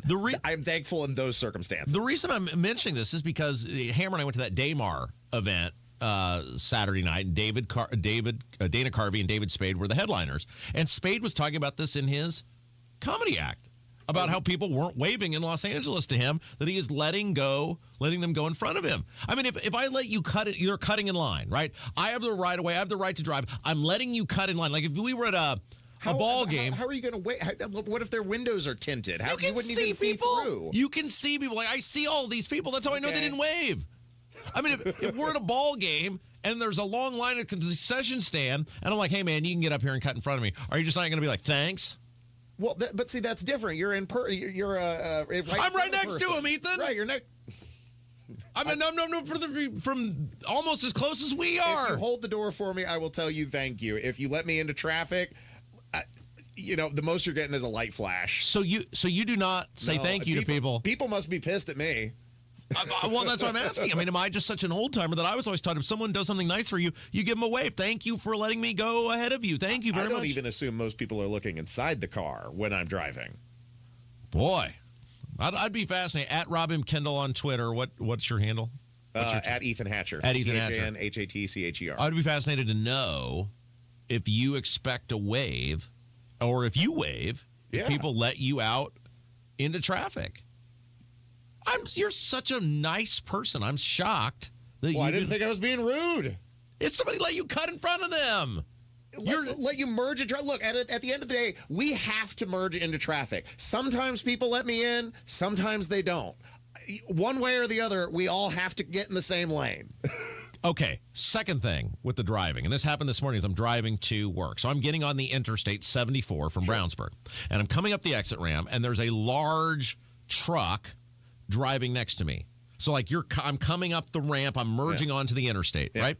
And this is sometimes a delicate balance because you're like, they're going forward, you're going forward. I got to either, get in front of you or get behind you. Yeah. And the person who is already on the interstate is really the leader in this, right? Like you've either got to speed up or you got to slow down. You got to decide, I will go behind you or I will go in front of you, because I'm not going to be able to outpace you because you've got such a head start. I'm getting steam. I'm going uphill, right? You've got to decide what you want me to do. And this guy wouldn't do either one of those. He just kept going alongside me. And I'm like, I'm running out of room here. Like I'm running out of actual road. And he just kept going the same speed. By the way, there's nobody in the lane next to him. He totally could have moved over. And I'm like literally running out of real estate. It's like, slow down or speed up. You pick. I'm running out of room and I'm going to run off the road. And this person appeared to either have not be cognizant at all that there was somebody next to him who was running out of real estate on the interstate, or I don't know, maybe he wanted me to die. Now, I am almost positive, somebody can correct me on this if this is not the case, but I think we may have hit on the real issue here, which is Rob simply doesn't know how to drive. It is the responsibility of the person who is merging to figure out when it is safe and responsible to merge. The person who is driving on the lane doesn't decide for you. Now, it is courteous. It is courteous and advisable if the lane adjacent to you, especially if you're a semi, is empty, pull over. That's the courteous thing to do. However, I am almost positive, legally speaking, it is the responsibility of the merger to decide when it is safely and adjust their speed accordingly. So you have to adjust to the guy. I was, Ethan, that's the point. Whatever I hit the brakes. I did, and he was hitting like it was like something out of a movie where he was like, like it was like whatever I did, he was doing the same thing, and it's like, dude, are you trying to kill? Oh, it gets better. So finally, I slow down like to the point where this guy goes past me. Then the truck behind me starts speeding up, and I'm like, what in the? I still haven't gotten over. Finally, no joke. Probably 10 feet to spare. I'm able to merge in between this large truck and this other truck. And I'm looking in the rearview mirror like, dude, you clearly, like, you saw me. Like, you saw me. You saw what's going on with him. What are you doing? Then the little truck behind me proceeds to speed around me, get back in front of me, and it's slow down. It's the wide load sign for the truck in front of me. And it's like, dude, you couldn't just wait 2 seconds. You were clearly watching all of your job is to watch the truck. That's your job as the driver. You saw me and him having this issue.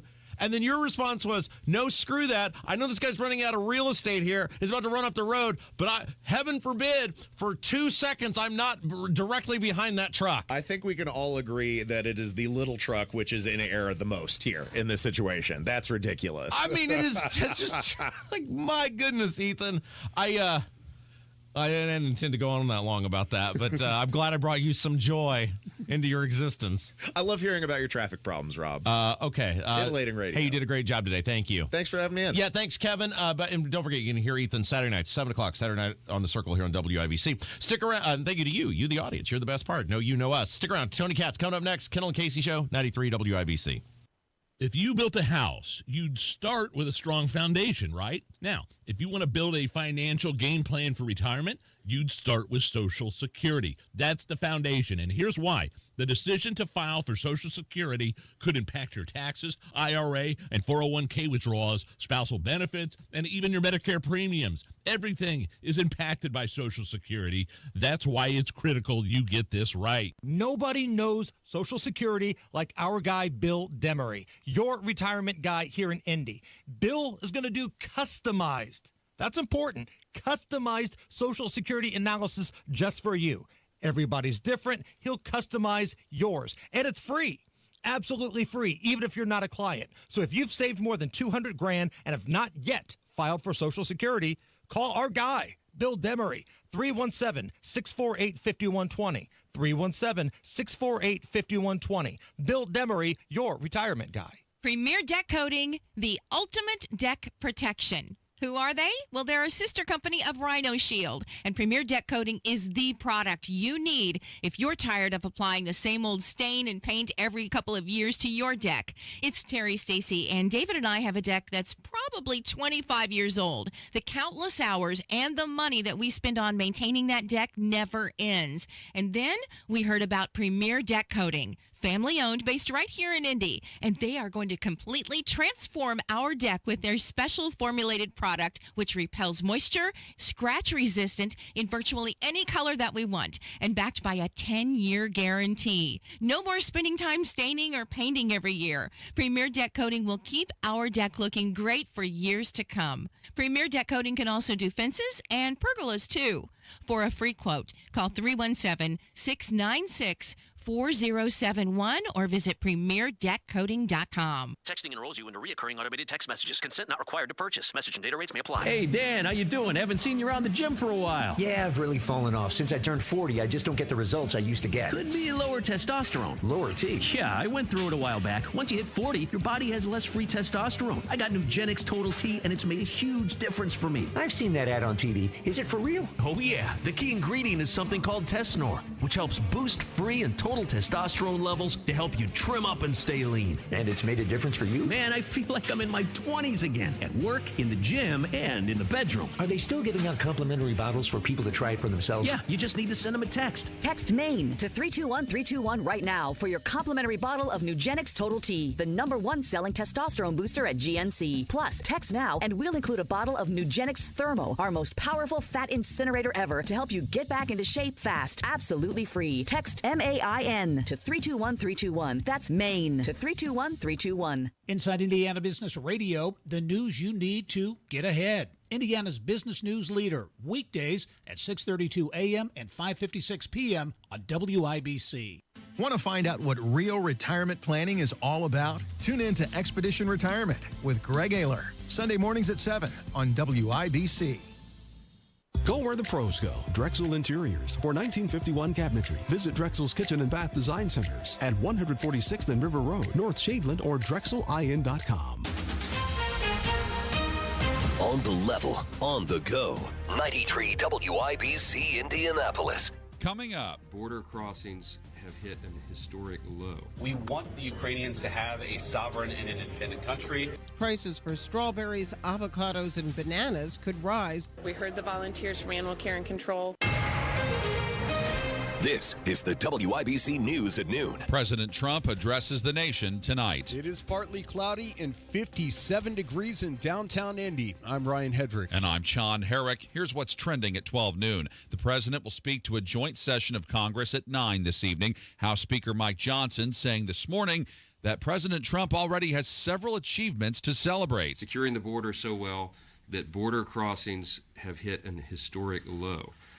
Deporting criminal illegal aliens, taking on the cartels directly, standing up to terrorists, bringing hostages back home. Johnson says the president's also doing all he can to secure peace. The theme of the address is the renewal of the American dream. Also in attendance with Hoosier Congressman Jefferson Shreve will be Wayne County Sheriff Randy Redder. And Trump's Vice President J.D. Vance saying this morning that he wants Ukraine to come back and negotiate to find a way to end the war with Russia. We want the Ukrainians to have a sovereign and an independent country. We think the Ukrainian troops have fought very bravely, but we're at a point here where neither Europe nor the United States nor the Ukrainians can continue this war indefinitely. And Vance believes they can negotiate a deal for access for Ukraine's rare earth minerals. Ukraine's president says he